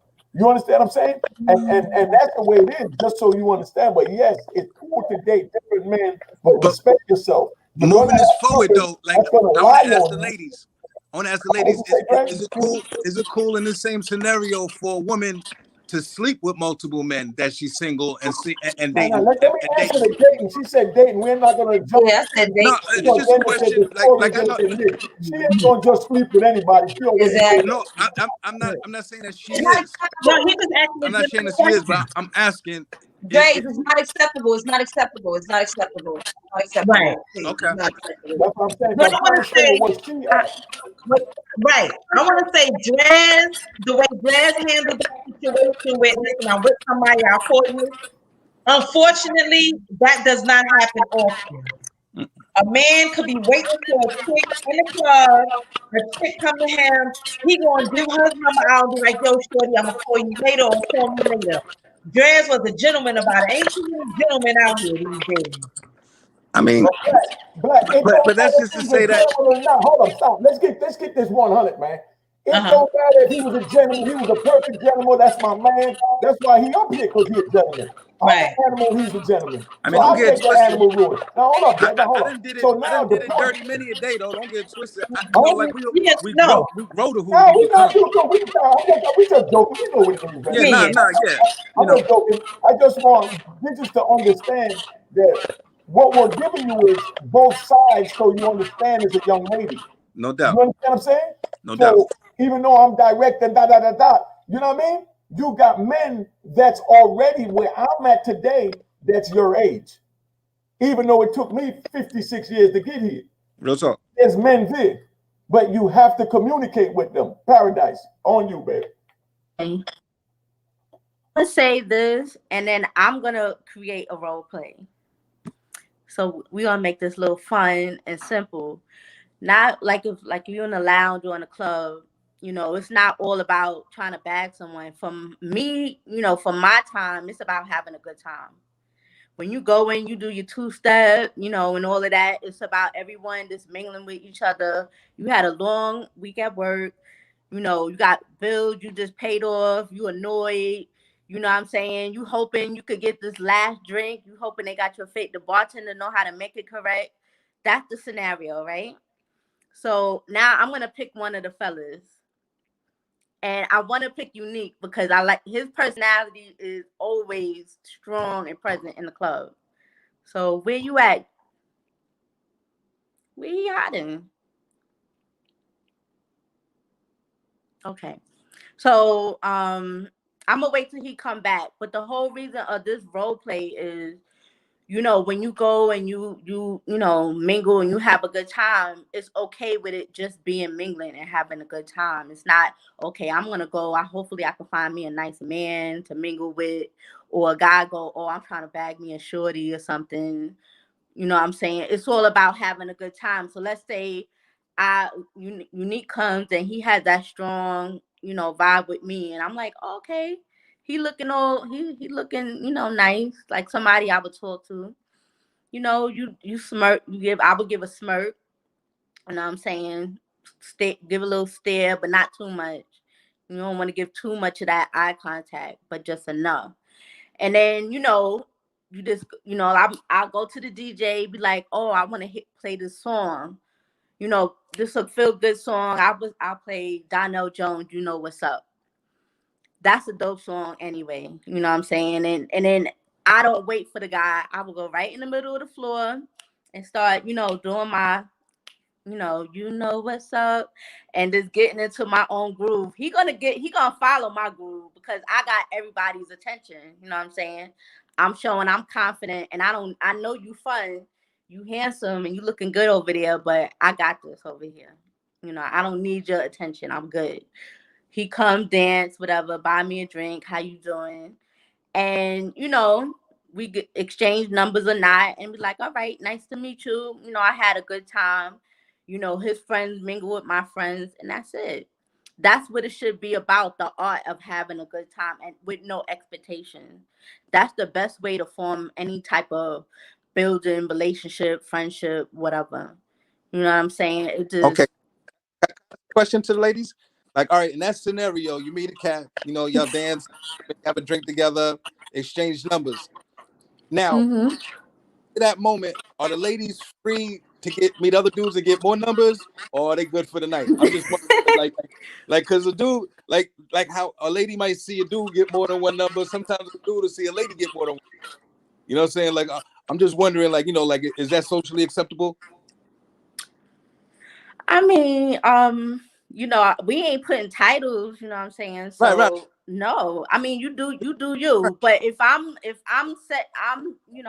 the main attraction, I got your attention that much just off of my vibe and my confidence, you probably not even gonna be interested in that. But if you are, I'm okay. You know what I'm saying? Because I know I'm gonna be fine regardless. Could just be an old friend, could be anything. It could be anything. Well, I'm not here to judge, because then that's gonna mess up my whole vibe that I'm giving off. And he might assume the same. You know what I'm saying? Right. I was just asking. But if you want to handle your handle, you're gonna make sure I got your undivided attention. All right. Can I ask you a question? How do you know that's gonna work? It does work. It does work. It does work all the time for me. You know what I mean? Because okay, all right. Like I said, you don't go in with expectation. You go, you mingle, you have a good energy, good vibe. Okay. You know what I'm saying? All right, hold on. Because just because you dancing don't mean I'm gonna be curious, interested in you. Even if you look good. I asked you to dance. You know what I mean? You know what I'm saying? You know what I mean? Have a good time with me. I was working hard all week. You gonna find your left foot and your right foot, and we're gonna get down to Donnell Jones. You know what I'm saying?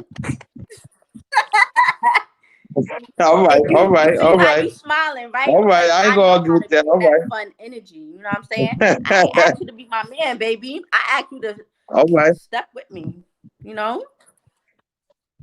Okay, step in the name of love. Well, we can't say R. Kelly.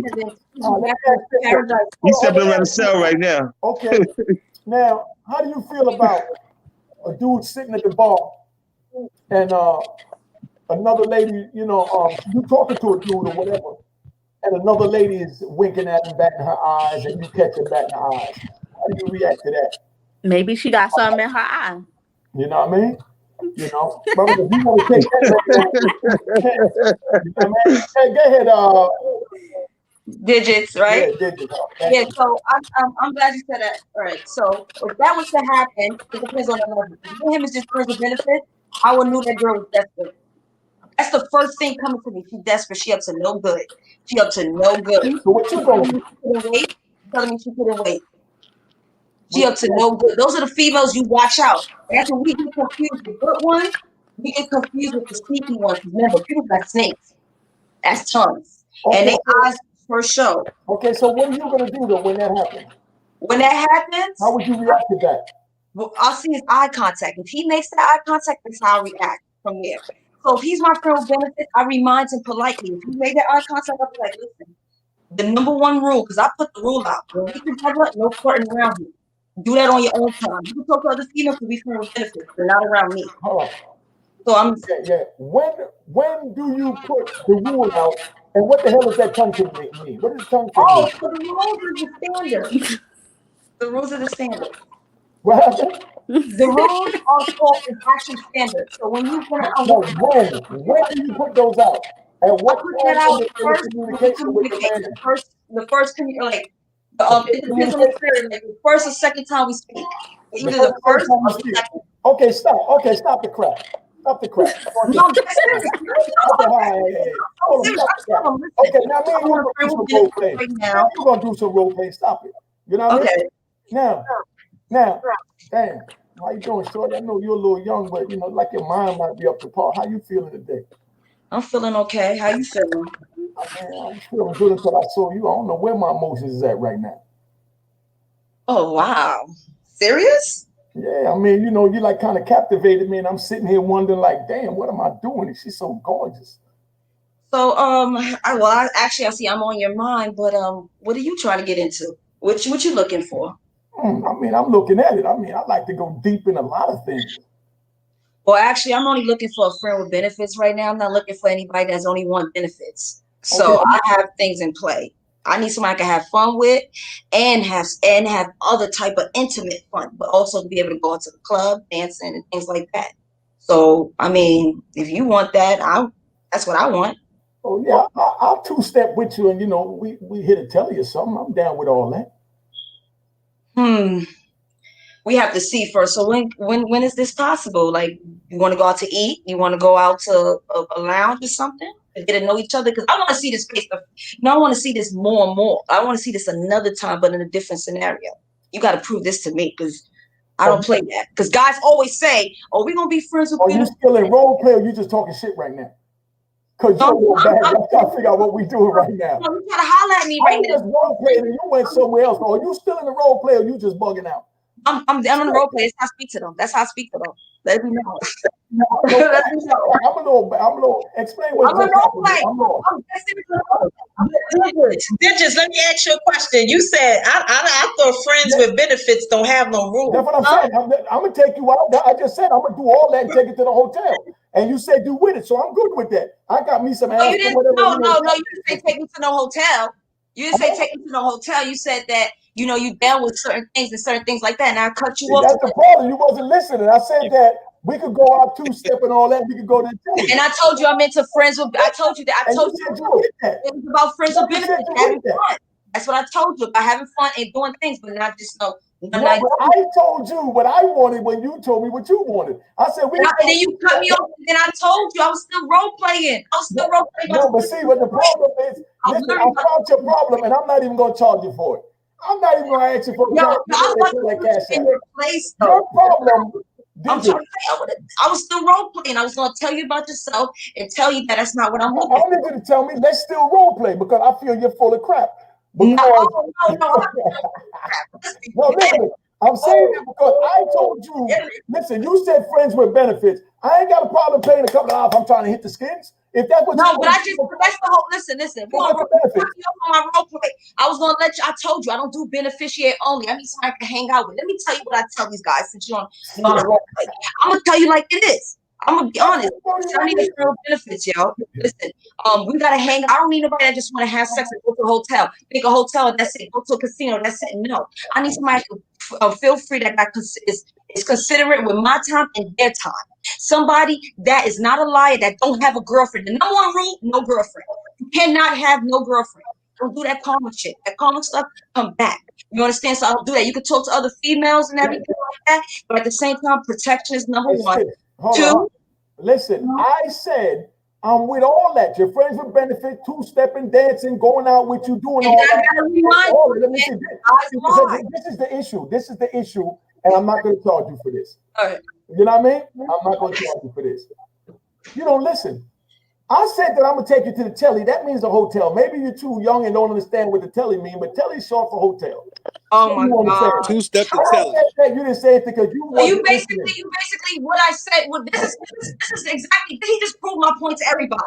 Now, when we first started, remember when I said guys do that? Why would you be sarcastic when you know my motive? I wasn't sarcastic. I told you my motive. Why are you playing yourself? Why are you playing yourself, right? You know I'm not talking about no damn hotel, so now you playing me. Now you trying to get in my head and you trying to fuck with me, and that's what it's time for me. That's what I said. Like that. Yes, that's what I said.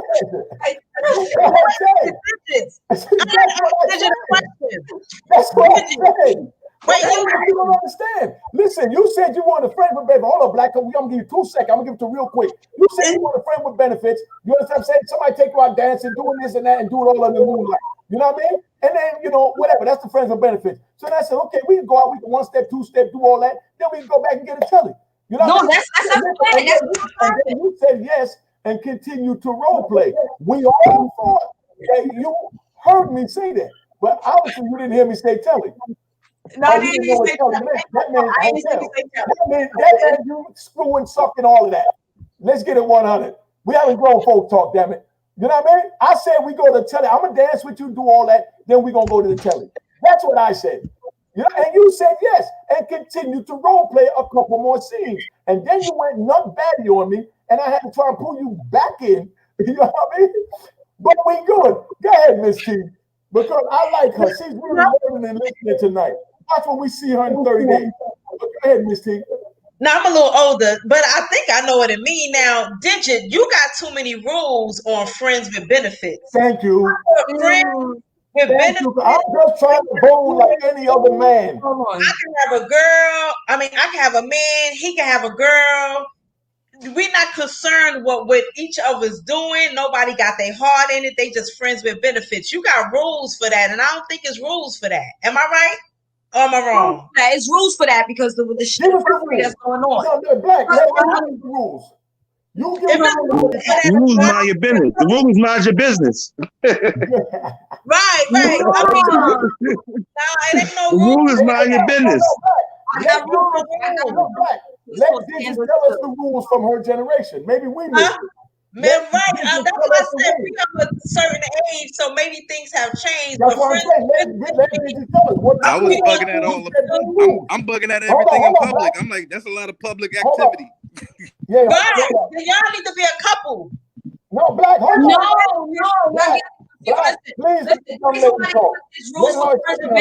People manipulate. Men will manipulate the friends with benefits. They'll just have sex with female, not offer to take them out to eat like they said. They not offer to take them dancing. They just call and be like, nah, not today. I'm just busy. Friends with benefits, right there. That's just self-explanatory. When you have a friend, guess what? You got standards. Standards are called rules on the low. They're called rules. You're not gonna just hang out with just anybody.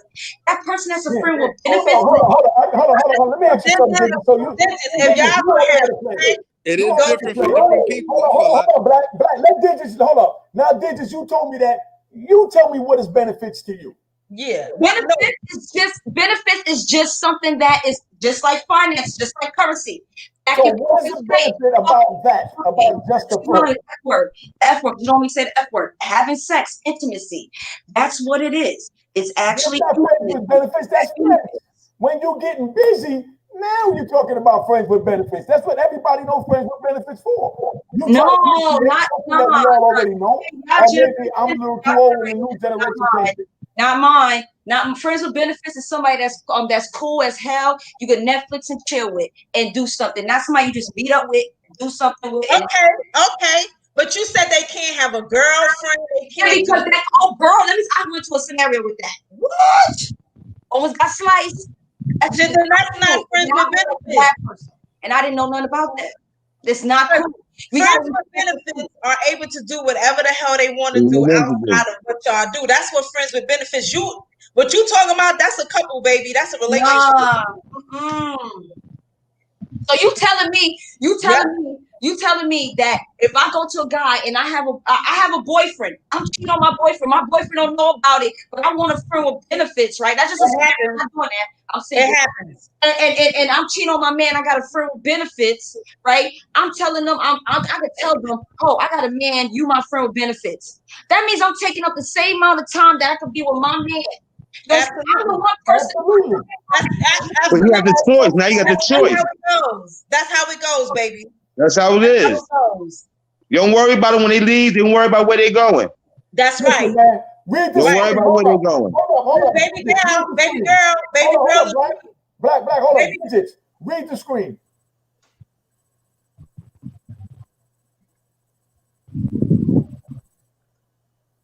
All right, so I read the screen. That's still not what I said.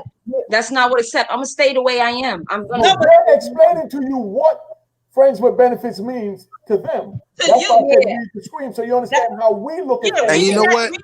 Nah, I ain't mad at her though. Like she's allowed to define that for herself to a degree. You know what I'm saying? Like at the end of the day, like she might feel like, you know, that a friend with benefits to her, you know, is somebody that she's not obligated to. But I say this to say that women get a lot of options. You know what I'm saying? A lot of different dudes are trying to talk to all women. But she gonna get hurt. I don't want her to think that that's what that is, and she get her feelings hurt because she grows attached. Would be different. Right? I don't understand this. Listen, you understand? What friends with benefits, what your definition is, may be different from theirs. So, from like me, Dres, Hassan, and Unique, friends with benefits to us is like, listen, you see somebody, y'all do what y'all do, y'all don't care, your feelings is not in it. Feelings, and that's the most important thing. You can't get your feelings in it. But friends with benefits. The word is born. Black, tell them what happened when you get your feelings in it with tires and windows. Oh, God, when I was 18, I broke his windows. He needed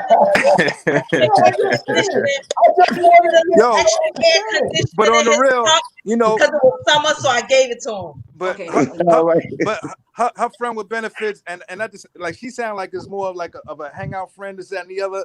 But you know, but there are girls that have, you know, the benefits being, you know, all right, we might smash from time to time, but he also pays my cable, or you know, whatever they define. You know what I'm saying? Like there's a lot of ways to play the benefits card. But at the end of the day, she said go out dates, Netflix and chill. It's easy for a young person to get their feelings. Yeah. Now I see what Miss T is saying. She's right. Nah, without question. Right. Just to say, like, but different women define it for you're right. Didn't I tell you about agreeing with that Miss T crap? That advice. Like, what? I gotta explain it. No, you're right, Black. I'll give you that one. Boy, I got hit. But it all goes down again to communication. Thank you. When you dealing with somebody and y'all feeling like, okay, these friends will benefit, ask them what their definition of that is. Real talk. You know, and that'll dead everything. Because you know, because that'll change the game up for a dude too. Real, like if she coming at you where she looking for something paid and you wasn't entertaining that. Right. You know, like now you turning me off. So in my mind, I'm thinking, okay, shorty ready to bang out something. Right. Look at her lips. Okay, so can I just say something too as well? I want to let y'all know where my background is at. I'm single for a long time relationship. When I say friend with benefits out there, I'm seeking for somebody that's going to start off as a friend with benefits to see if it's going to work. So now that's the reason why I had those rules. Okay, what is the situation's different. I don't find it. I'm at 31, and I don't want to just have somebody that's somebody I can just hit and quit and leave. I'm not like that. Right now, I'm at a point where I want friends with benefits. I need to see how you act. I need to see. But let me tell you, friends with benefits, because friends to benefits is having sex and going y'all ways and doing y'all. So exactly. You don't want to define that from the beginning just because you're trying to figure out who they are. If that's the case, then you date them. That's it. Now, don't mean that date is going to turn into something, concrete later on. But if you saying that no, we friends with benefits to see how it go, if you define it that way, and he out here doing something and find somebody else that he might be interested in, but yet your feelings done got stronger, that's gonna put you in a hurtful place, baby. Okay. So don't not define that with friends with benefits. Like, listen, if we gonna see each other, it's just chilling. Y'all not putting no titles on nothing. Y'all feeling each other out. You know what I'm saying? And still doing things that couples do. You know what I'm saying? But y'all gotta communicate what it is that y'all doing. Communication is the key. Yeah. Because everybody got to know where you're coming from. You say tomato, he say tomato, and you know what I'm saying? This, you know what I mean? And you got a different interpretation of it. You know what I mean? And friends with benefits, like everybody said, friends with benefits is, you know what? You come and go, I come and go. Where you went and where you came from ain't none of my business. Right. You know what I mean? And that's how you don't get caught up with the emotions. Because what happens is that you play, you know what I mean? You going into a whole different dynamic. You know what I'm saying? When you talk about Netflix and chill and this, that, and the other, you know what I mean? That that depends on the time when y'all came there. But the relationship is I go where I go and you go where you go, because that's how feelings don't get involved, because you already know what to expect.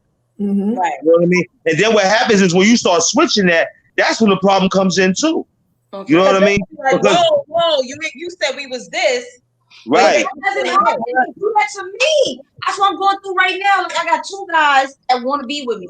Both of them. I thought we was for benefits, so I gotta now I'm not calling them. I'm not dealing with them that much. I pushed back because I found out they really not my type. You know what I'm saying? So now you're right, and I'm looking at y'all. And whoever said I'm playing an oblivious role, no, I'm not. I've been in a relationship for 8 years before 2 years for me being single. All right, Digits. So let's just say that, right? Yeah, that's what I wanted to do. That's what I wanted to do because we're the same age. Baby girl, what you got to do, because after hearing you, and I take psychology, I'm going on my PhD now. So you got to find yourself first. All right. Before you can go seeking this, that, whatever the case, you got to find out what Digits likes. What do you love? And then once you got all of that together, then you go out looking to fish for this. Because when you got everything that you're coming from and you just looking to jump into something, you're going to be the one hurt, not the other person. It's going to be you. Because you're trying to say like, well, I'm looking for this and this and that. Not everybody is looking for that. Some people, you want to get to know somebody. You want to, it's levels to this. It's not just hop in and then we just going to be this. Because you may want, the other person may not. So you got to understand and figure out yourself. And then that energy that you have, you will start to receive who you are, because you will only attract who you really are inside. And that's what a lot of people don't understand. If you a bunch of rah-rah bull crap, that's what you're going to attract. If you're an honest, humble person, that's what you're going to attract. So maybe you're not receiving the good end of the stick because you have not fully found yourself. And I'm just going to leave it. Yeah, well, I want to piggyback to that. So the guys that, how remember he said that you got to give people chances and stuff. These guys were obviously my type and everything. It's just I didn't know that they was going to fall for me this quick. You know what I'm saying? I didn't expect that, but now I'm starting to look at it from that point of view. I used the wrong terms. One, and maybe how I treated them. Just, maybe how I treated them, they felt like I wanted to be with them. Like, you know what I'm saying? So now I'm stuck in a situation where they are what I want, but I still want. It's like you said, we change a lot, and I gotta find exactly what I want. Because now I thought that's what I want. That's what I thought I wanted that, but now I don't. So what I'm gonna do is I'm gonna reevaluate what I really want. Yes, absolutely. I thought I want, and I got it, and I'm like, no, I don't want. But now they got feelings though. But now they got feelings. Now they supposed to switch their feelings off. How they supposed to switch their feelings off? Now they gotta eat it. Digits. You actually learned something tonight. Yeah, I actually did. Hey, Miss T, you see that? It's very too bad though, but I think it's best for me to stop talking to them altogether because. Okay. Yes. Hey, Grace, good looking, homie. Yes. Sorry. Salute, family. Hi, hello. Yeah, we still got it, baby. Thank you. We party, nigga. All right.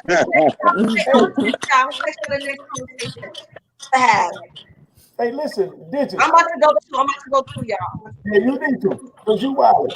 But Nah. Nice to meet you, Digits. Nah, Thank you, y'all. Thank you. Digits, you the best. All right, Digits. Good night, Digits. Don't forget we go to y'all. Night, It's all moments, right? All right, bye. All right. Yeah, that was a good one. I really enjoyed that. Yeah, that's what I mean?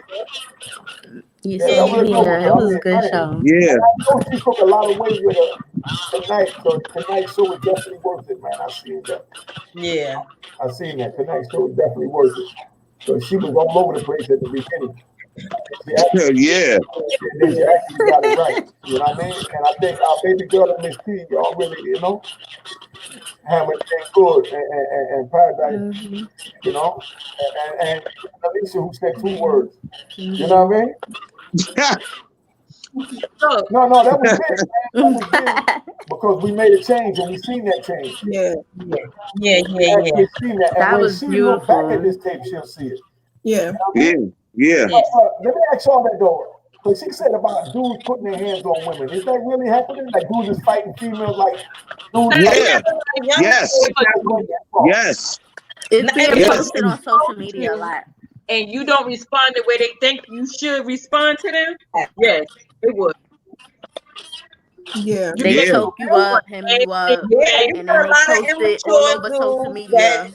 Interjection. They say something to a woman, and a woman is like, "What?" Like these little young dudes out here is like it's different than when me and you came up, beauty. Like they. Yo, I seen dudes for, and you know the funny thing about it, and they grew up like this because I remember I was working on Hump 14th and 7th Avenue, and a group of boys and a group of girls started fighting, and the boys started beating up the girls like they was dudes.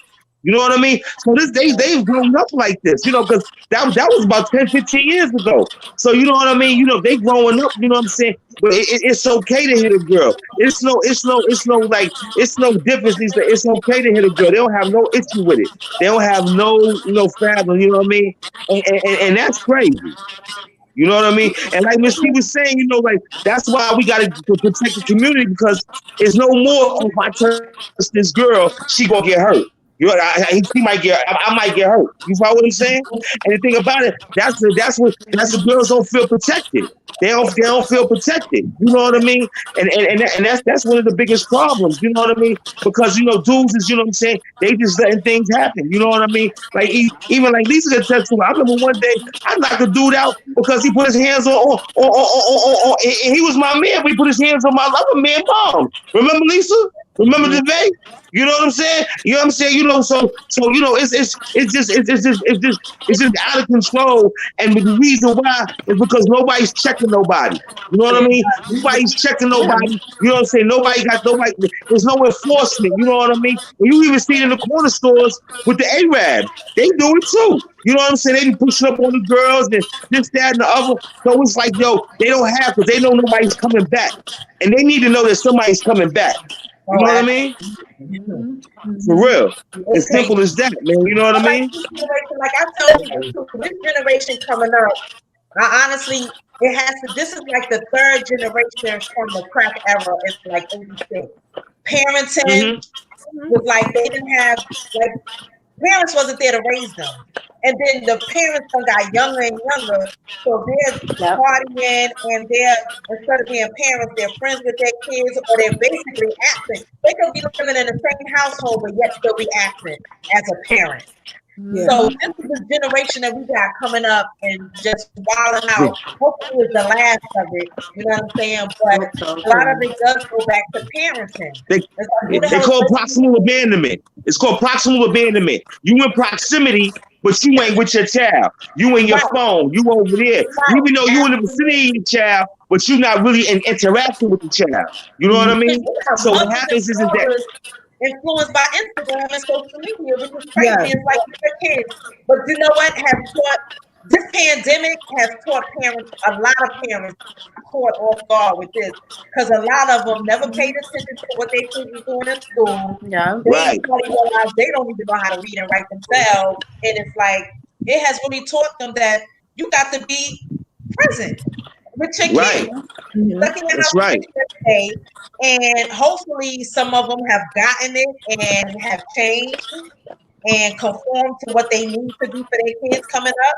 Because if not, I don't know what to say. No. Well, the thing is, the mothers. What happens is that when mother, the parents have to learn, because parents, if the child is bright and the child comes up to talk to the parent, what's this, what's that? The parent will shut it down, and that'll shut the child down from wanting to learn. Like, what you talking about? Why you keep asking me questions? Don't ask me questions. What happens is that retards the child's growth.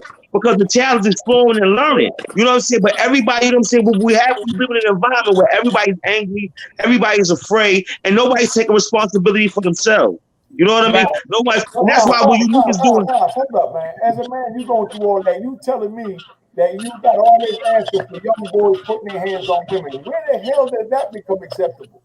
For a dude to hit a woman, to beat on a girl. It's never been acceptable. It's never been acceptable. But it's going on. It's never been acceptable. What's that, Miss T? It's happening. But it's happening. It's going on, though. Hold on. What that mean? You up on 152nd Street with BMW and dude smacked Shorty down, and we all jumped out and got on him for smacking her down, and it was his girl. I don't know. Could have been. Up on 152nd. I mean, you don't get. But the thing about it is the police. What happens is, we knew to pull a dude aside and talk to him respectfully and say, "Damn, dog, what you doing, man?" Yeah, but part of the problem is that the police jump in everything. Huh? Part of the problem is the police jump in everything. If you go to defend a woman's honor, you might get arrested. You know what I mean? So now they're arresting you, even though you defended her honor. So part of the reason why. Go ahead, my brother. Hold on, baby girl. Say something. You got baby girl. And it's also people be like, "Yo, it ain't my daughter, it's not my mother, or they ain't got exactly. Nothing. So let me just mind my business." No, but that's no one don't put people in check no more. Listen, man. If a young dude hit a girl and an older dude walking by back in the day, even dudes older than me when I was a young dude. And I seen dudes I know putting hands on. I see dudes talk trash back to the old man. But he always say, "Come on, young blood, you don't do that." Right. But we're talking about 2020. What's going on right now? And it's about on the other cheek. Ignore especially in the train on the train. That happens. Dudes don't even get up for a lady sit down. We listen to our elders and our OGs. Right. They don't want to listen. Us as OGs are really old heads to these youngins. They don't want to listen to nobody. They disrespectful. They think they know everything. Like one of these youngins will make you do another 26 years because they crazy, their mouth is crazy. Then they busting their guns like crazy. Let me tell you something. My godbrother was in prison. My godbrother said, "You got these young dudes coming in there. They don't have a problem busting their gun because what they saying is, oh, I'll be out in 15 years. I'll be out in 20 years. And their thing is, I'll still be young when I get out." This is their mentality. So they busting their gun. They don't want to listen to nobody. We listened to the ones before us because we wanted to learn. These, they don't want to learn nothing. No, unless it comes from Google. They will make you go to jail again. That's why we can't go up to them and say, "Why are you doing this and doing that?" Because whatever comes out their mouth, we're gonna be like, it's gonna be a form of disrespect. You're gonna be looking like, I really want to put my hands or go get somebody to do this little kid dirty. So you want to do somebody's baby dirty because their mouth is off the hook. So you can't say nothing to this generation right now, and it's sad. Would you say that they just don't know, right from wrong? They don't have no guidance, Huey. No. No act right. No. They have a whole different set of morals and values. Hold on. Back in the day, a dude smacking on a woman and a dude pull up on him and say, "Damn, what you doing?" Dude don't just turn around and go off on him. Dude snap into it and say, "Damn, I'm wrong. You right. Yo, I'm sorry, baby. Come here." Right. You know what I mean? Listen to me, baby, and run behind and all that. So he said, "None of that happens no more." Nah, baby, not today. Not today. Not in the time we live in. You know me and a dude would snap and say, "Oh shit, damn, that's my woman." When a nigga tell him like, "What are you doing?" The same way you go to smack a kid, and your girlfriend look at you and say, "You see how hard you hit that boy?" No guidance. And you snap out and say you're wrong. It's sad. No guidance. It's been a breakdown. It's been a breakdown for a long time. It's like it's more than one thing. You know what I mean? I'm gonna get my little money and stay in my bubble like Michael Jackson. I'm not trying to see the world like that. I just call that shit like the Matrix, and I don't want the blue pill. It's crazy out here. It's different. Because you know what it is. These little niggas, they trying to imitate what they see on a larger screen. So they call lining somebody up. You lining somebody up for $2,500. You know what I'm saying? You lining somebody up. You know you got beef with a dude. You get less than that. You know what I mean? Like they doing with the kick-in robberies all for short money and just for the image and the look for and it ain't doing nothing but sending them to jail. It's nothing but a bunch of dumb criminals in jail. Like all these little niggas, because they don't want to listen and they following each other. And what happens is they keep saying, you already know what? You already know. But y'all don't know nothing. The joke. Right. You know what I'm saying? But y'all don't know nothing. Nothing serious. They take nothing serious. They don't even understand what below the radar is. Everything is talk is do it over the FaceTime, talk over the iPhone, post it. You follow what I'm saying? And that's why they going, yo, let me tell you something. I used to walk around the Bronx with a list of all the gangs because I used to be in all the different neighborhoods. I used to give this list. I got this shit from the NYPD. I used to give this list to these little niggas. They used to be glad they was on it. Oh, there we go. Nigga, don't you know? You know what I'm saying? You about to get indicted? You follow what I'm saying? You know what I mean? And it's sad. Go ahead. Huh? And also we're in a like generation where people do crimes and post it on Instagram, or they get on Instagram with guns, and it's like, where I come from, that's not cool. If you do a drive, you're not gonna get on social media. Exactly. But see, you know what? Ignorant. Yeah. Another thing about it is that that's why you changing the paradigm, because it's what happens is that instead of them learning from platforms like this, when these dudes is talking, they say, I want to be the next one. I'll come back home and tell my story. I'll be this, that, and the other. You follow what I'm saying? But what happens is that, you know what? They living to go to jail. They living to go to jail. They rounding them all up. But the feds is rounding them all up and put everybody as a crew, and even though everybody's separate. You know what I mean? They want to go to jail. It's almost like that's part of their hip hop culture. It's like they want to be heard. That's why they all rap. They really want to be heard.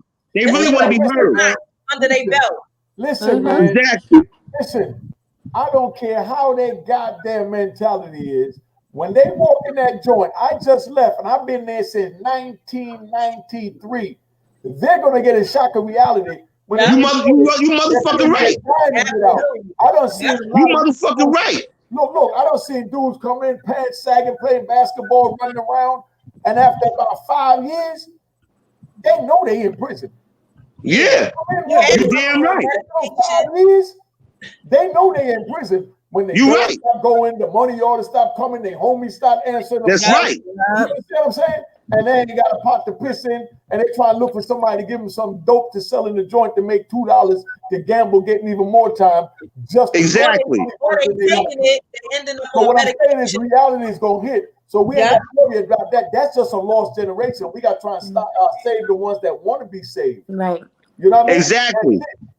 And that's what you're doing, though. But see, that's what you're doing because you all right with black women acting masculine. Brother Exer said, no. Answer that question. Change the topic because that was a little too much for me. Dude told me he want to go to jail. I did 22 years. Yeah. Man, I know every man that came in, they give him 2 years tops, and he starts saying he gonna wish he came home. He gonna wish he never committed a crime. Exactly. Because it turn you into a whole different animal. Prison talk. Prison talk is on Wednesday night at 9 o'clock. Here, man. This guy right here gonna be all right with black women acting masculine. What do he mean by masculine? Do he mean women being independent? Independent? Right. That's considered masculine. Yeah, I want to know what he means by masculine. Right. But I'm telling you, we're going to use it as that. Right. I want it as the independence. Where he at? You know what I mean? But at the end of the day, you know what? Like we said before, you know, a lot has happened to women that has made women feel like, you know what, let me get on my job, because if it gets to a point where we had we could no longer depend on a man to do certain things. Let me tell you, this is what I have advice for. I don't care if you married, how long you've been married. And I tell women all the time, when you have a baby, that's yours.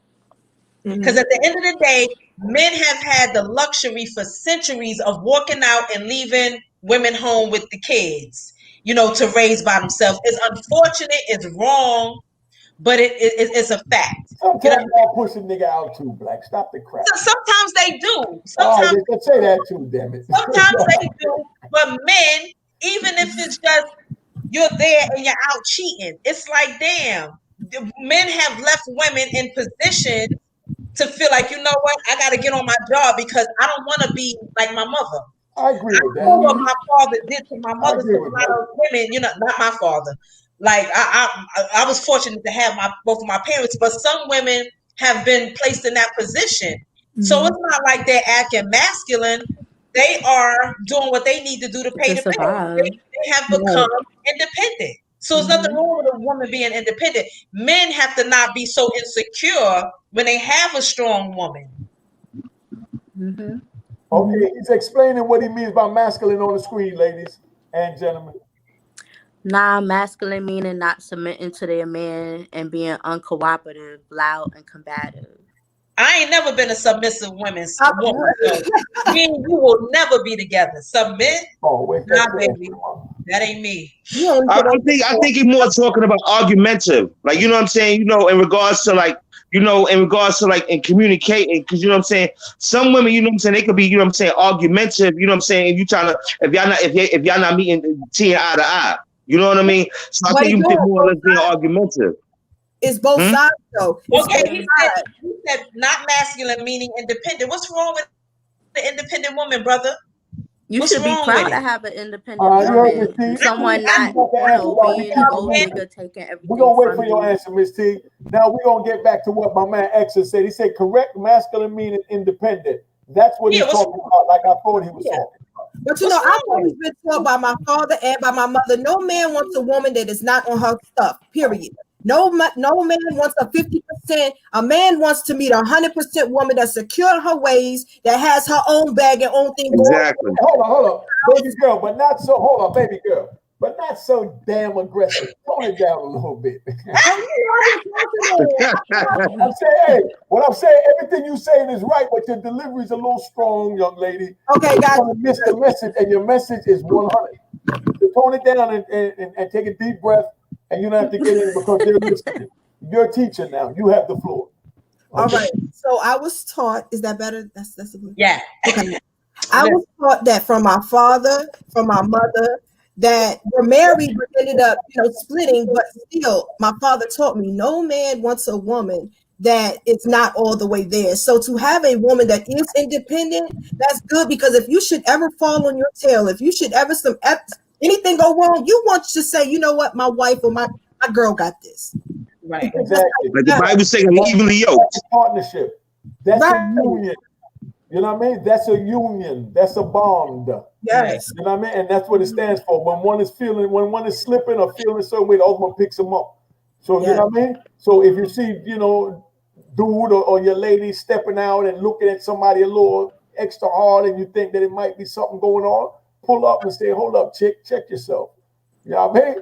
But you got some men that Alicia, thank you for coming. Let Alicia go. Oh, bye, Lisa. Bye, Lisa. Bye, Lisa. Yeah. It's unfortunate. Look forward to the next one. It's unfortunate that some men have to feel masculine when their woman is dependent upon them or being submissive. Like, why do you gotta feel masculine? Hold on. Black. I don't know about all men, but me. I'm just speaking for me. Some men. Yeah, that's what I'm saying. I don't know about all men. I'm going to say something different with you said. I'm talking about for me. You know what I mean? For me, unique. You know what I mean? I'm an old aggressive dude, When I get with my lady, I want to be submissive and laid back and let her just treat me like the big baby that I've never been treated as before. That's how I got with my baby. You know what I mean? I want her to just love on me because I'm on the street. I can't give love out there. You don't want me to give love out there. So when I come in, I want to be loved on. Right. Because I miss you all day. So now I need you to attack me. So I want to be submissive because we're homegirl that put up there about. But you're a man that's comfortable within your own skin. Some men aren't. Right. You have a lot of insecure men out here that do things that show their insecurities. Like a lot of men that fight women or whatever, a lot of these men are very insecure. I don't want to talk about that crazy stuff no more. That don't even make sense. And that makes them feel masculine. Yeah. Like you're comfortable. Right now we're talking about submissive. Leave them. That's what I'm saying. You're comfortable in your skin, so you can be submissive. Some men are not comfortable in their own skin to submit to your woman, be loved on like that. For whatever reason, there's something happens in their life. Listen, man, listen. Look at baby girl. Look at Miss T. Look at Paradise. What man wouldn't want to lay back and have them please them at the end of the day coming home? I mean, be for real. Look at these three women. So for a man to be, feel intimidated by that or off balance by that, man, dog, you got issues. And I'm telling you, you need to go see somebody. You really need to see somebody. That's what it is. A woman is supposed to, and I know y'all go to old fat, supposed to take care of a man, God damn it. And a man is supposed to make sure a woman feel welcomed and wanted to take care of him. You know what I mean? If a man treats a woman right, he's gonna make the woman come out and do what she needs to do. You understand what I'm saying? To give him that feeling to feel wantonly submissive. You understand what I'm saying? But and if the man don't understand what the beauty of a woman is for when she get her fingernails pointed long and thin, so she can gently touch your body and and put the lipstick on and the eyelash, and she go through all this work for you, and you don't understand that and you don't respect that or appreciate it. Appreciate it. Listen, but get me, I'm gonna lay back. He ain't smart enough to do that. He dumb as a bag of rocks. Yeah. Well, but the thing is that if the brother doesn't have value in himself, he can't see value in you. You know what I'm saying? A lot of brothers don't really see value in themselves. You know what I mean? Because you the same, just like you the same whether you got it or you don't got it. But see, a lot of brothers don't feel like men unless they have it. You know what I mean? No excuse for it. For a man not to. I'm not giving an excuse. I'm not giving an excuse at all. It's true. It's true. You're giving a reason. I got you. I'm giving him the reason. I'm giving him the reason because I'm giving him the reason. I'm giving him the reason because what happens is you got to discern this when you meet him. You got to realize this when you meet him. I got all that. But bottom line, look at these three beautiful women. If a man don't want to be caressed and fondled by these beautiful women, you got three different shades of it, three different body types. If a man don't want that, you understand what I'm saying? I mean, come on, dog. Who wouldn't want to come home and have them touch on them? No, I agree with you. But it's also a woman's responsibility how much you're gonna endure and take from that. Okay, if a woman finds a man that follows the word to the best of his ability, he is worth submitting to because his mind is renewed in the righteous teachings of the Most High, not man's way of the world. What do y'all feel about that, women? Even and Haas. To find a man like that would be everything for me.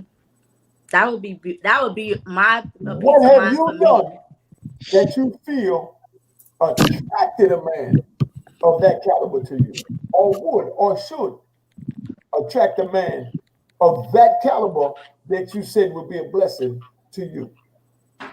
Wait, say that again. What have you done to attract the man of your dreams? I'm gonna ask each one of you ladies that.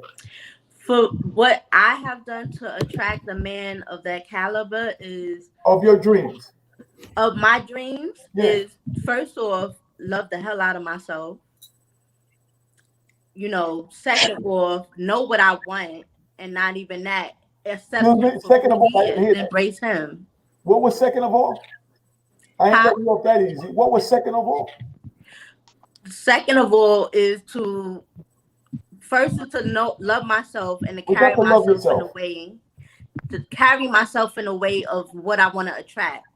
Yeah. Make it clear from the jump. This is me. This is Paradise. You know, and let my confidence speak for itself, and let my actions practice what I'm trying to preach or what I want. Let my action demand what I want to receive from a man. So basically, if I want someone that is going to be treating me like a queen, I need to respect him as the king that he is. But we're gonna have that understanding where we're building each other up. I'm not fixing you, and I don't want you to fix me. But I want us to be, you know what I'm saying, where we can find a way to be each other's peace of mind, because we're dealing with enough individually as well as collectively out in this world. So when I know what I can give, it's just like, oh, you know, don't ask for what you can't give, pretty much. Right. That's right. You know what I'm saying? And I know that I'm great enough, I'm confident enough, I know my worth that much that I'm gonna attract a damn good man. And if he don't see that, and if he don't treat me like that in time, okay, let's get direct. What the hell are you gonna do to attract them? I understand how you all of that, you know what I mean, that you're gonna love yourself and all of that. So you're saying that's how you're gonna attract them? We're talking about physical features, or what? How you gonna attract them? Is that how you're gonna attract them? However. Talking my talk. That's how I'm gonna attract them. Yeah, so everything you just said is how you're gonna attract them. Everything you just said is how you're gonna attract them. If we're in the street. Say yes or no. Just say yes. It was beautiful. Everything you said is how you're gonna attract them. Yes. Right? That's your answer, right? That's my answer. So my point is, why do women feel the need to have to defend every time a question is asked? That was a simple question. You get a beautiful answer, and I said, is that your answer? And you want to give me an explanation for if that's your answer. Because that's my nature of explaining things. That's just a personal thing with me. Even a yes or no question? Sometimes, yeah. Okay. And good answer. You know what I mean? But you got my answer at the end of the day, right? Oh, I got it. It was right on time. You know what I mean? Beautiful. Baby girl, what's your answer? I pray. I'm a prayer. So whatever I want, I'm going to go to the Father about. So whoever I meet after that, I know that God sent them because, yeah, I'm a prayer. Okay, go ahead, Black. What's the question? What have you done to attract the right man? That's what I'm saying, because baby girl was all over. Actually, I have not done anything purposely. What have you done to attract the man of your dreams? You know how you say, man, God need to send me that right man. What have you done? Huh? I have not asked for him. Listen. What have you done that you feel would attract the right man that you need? Not that you want, because you know, when God is ready, He gonna send them. We know that. Lord knows, don't send them now. But what have you been doing that you feel would attract them? Lately, I have not done anything, but in the past, I think me personally and my confidence, I think some people are just attracted to that period. But honestly, I ain't done nothing because I ain't looking. Although they come, I ain't asked for nobody. I'm good right now. No, I didn't say that. But that's the point that we was making. In the past, it was just me personally, my personality, just me. I shoot from the cuff. I'm very honest. I ain't beating around the bush. You know what's going on here, what we doing. See, that's beautiful. See, because what just happened is you gave the same answer as Paradise. What? That, just being you. Yeah. Is what you have done, which is a beautiful answer. Yeah. When I asked if that was the answer, she was scared to say yeah. Yeah. She went to explain it. You know what I mean? And she said the same thing you said, that she feels that, by her doing what needs to be done, loving herself, treating herself right with respect, and putting out that positive energy, that's what she's done to action. So I asked, is that what you have done that you feel attracted, that would allow God to send that man to you? And she went into, but because, they said yes or no. And you just said the exact same thing. But you just summified and just said, bottom line, I put out what I want to get back. Which is what she said, it's the exact same thing. Yeah. Great answer. You know what I mean? But I ain't gonna hold y'all, man. Y'all done took my whole goddamn night, 12:15. They riding. We still way up at 100 and something people watching. And who knows, it's probably more because this stream y'all be behind.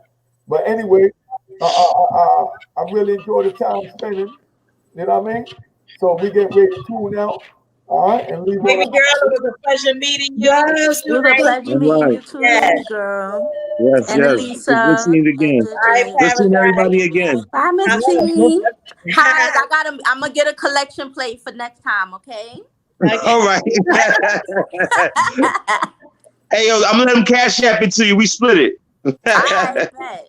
Hold on. Hey, Haas, there was a question up here they wanted us to answer. Where's that question by the girl, Samika something? Shamina, my girl Mimi. Yeah, Shamima Tate asked a real good question they wanted answered. Man, let me find the question. I should have figured it was one of your damn friends. Oh, she said, what have men done to deserve submission? Oh, yeah, where that's at? That's a good question. Yeah, let me see that. Yeah. Where's that question at? You give it. It's right You give it. You give it. When you give it, you deserve it. When you give it, you deserve it. Okay, no, so you know what I mean? What have been done? Jackson, what have you done to get it? Like we put the women on the spot. What have you done to deserve a woman being submissive? Stay your silence. The silence. What happened? Oh, we waiting on that. What happened? Mimi, you stuck, Mimi. She listening. She's in there. Now put that back up there. I want that back up there. Where that question at? I want Hassan to answer that.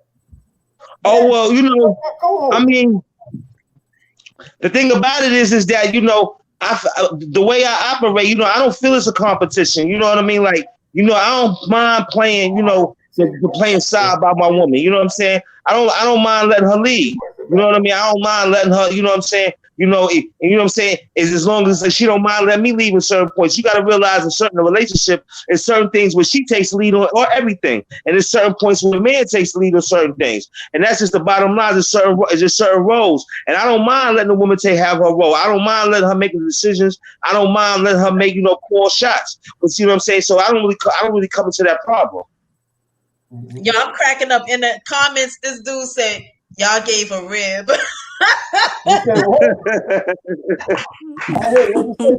Hey, listen. Hey, yo, if you want the woman, if all I gotta do is give a rib, I got the woman, all I gotta do is give a rib. Here, take it. Take it. That is funny. All right. So that's where we at, man. But anyway, it was fun having everybody. We've been riding. Always. Black. Yo. You ain't getting to ride against me tonight, so you screwed. You know for every reason to get to the ride against me. Make sure y'all go to Unique Make Audio TV and subscribe over there so we can start pushing it over here so I can get the rest of my gangster videos up. I got a video me and T shot over summer like Bonnie and Clyde sitting in the convertible drop top M6 in front of her building on 8th Avenue that I'm getting ready to drop real soon. You know, summer warm the winter up when the snow hit. You know what I mean? So I did my summer thing so that I can warm y'all up in the winter. You know what I mean? So we can smile for the pandemic, because that's how we do. And follow the girl at Straight Talk with Miss T on YouTube. Straight Talk. Make sure you already know. If you want to get man bashing, look for Miss T, and you better believe you're going to be over there on Miss T's TV. Man bashing with Miss T. Hey, Black, you don't got a new man bashing with the crew. We gotta call you the MB, the man bashers. You know what I mean? But let me check out, man. Yo, God bless y'all. I appreciate y'all. All right, good night, y'all. Good night. Good night. Good night.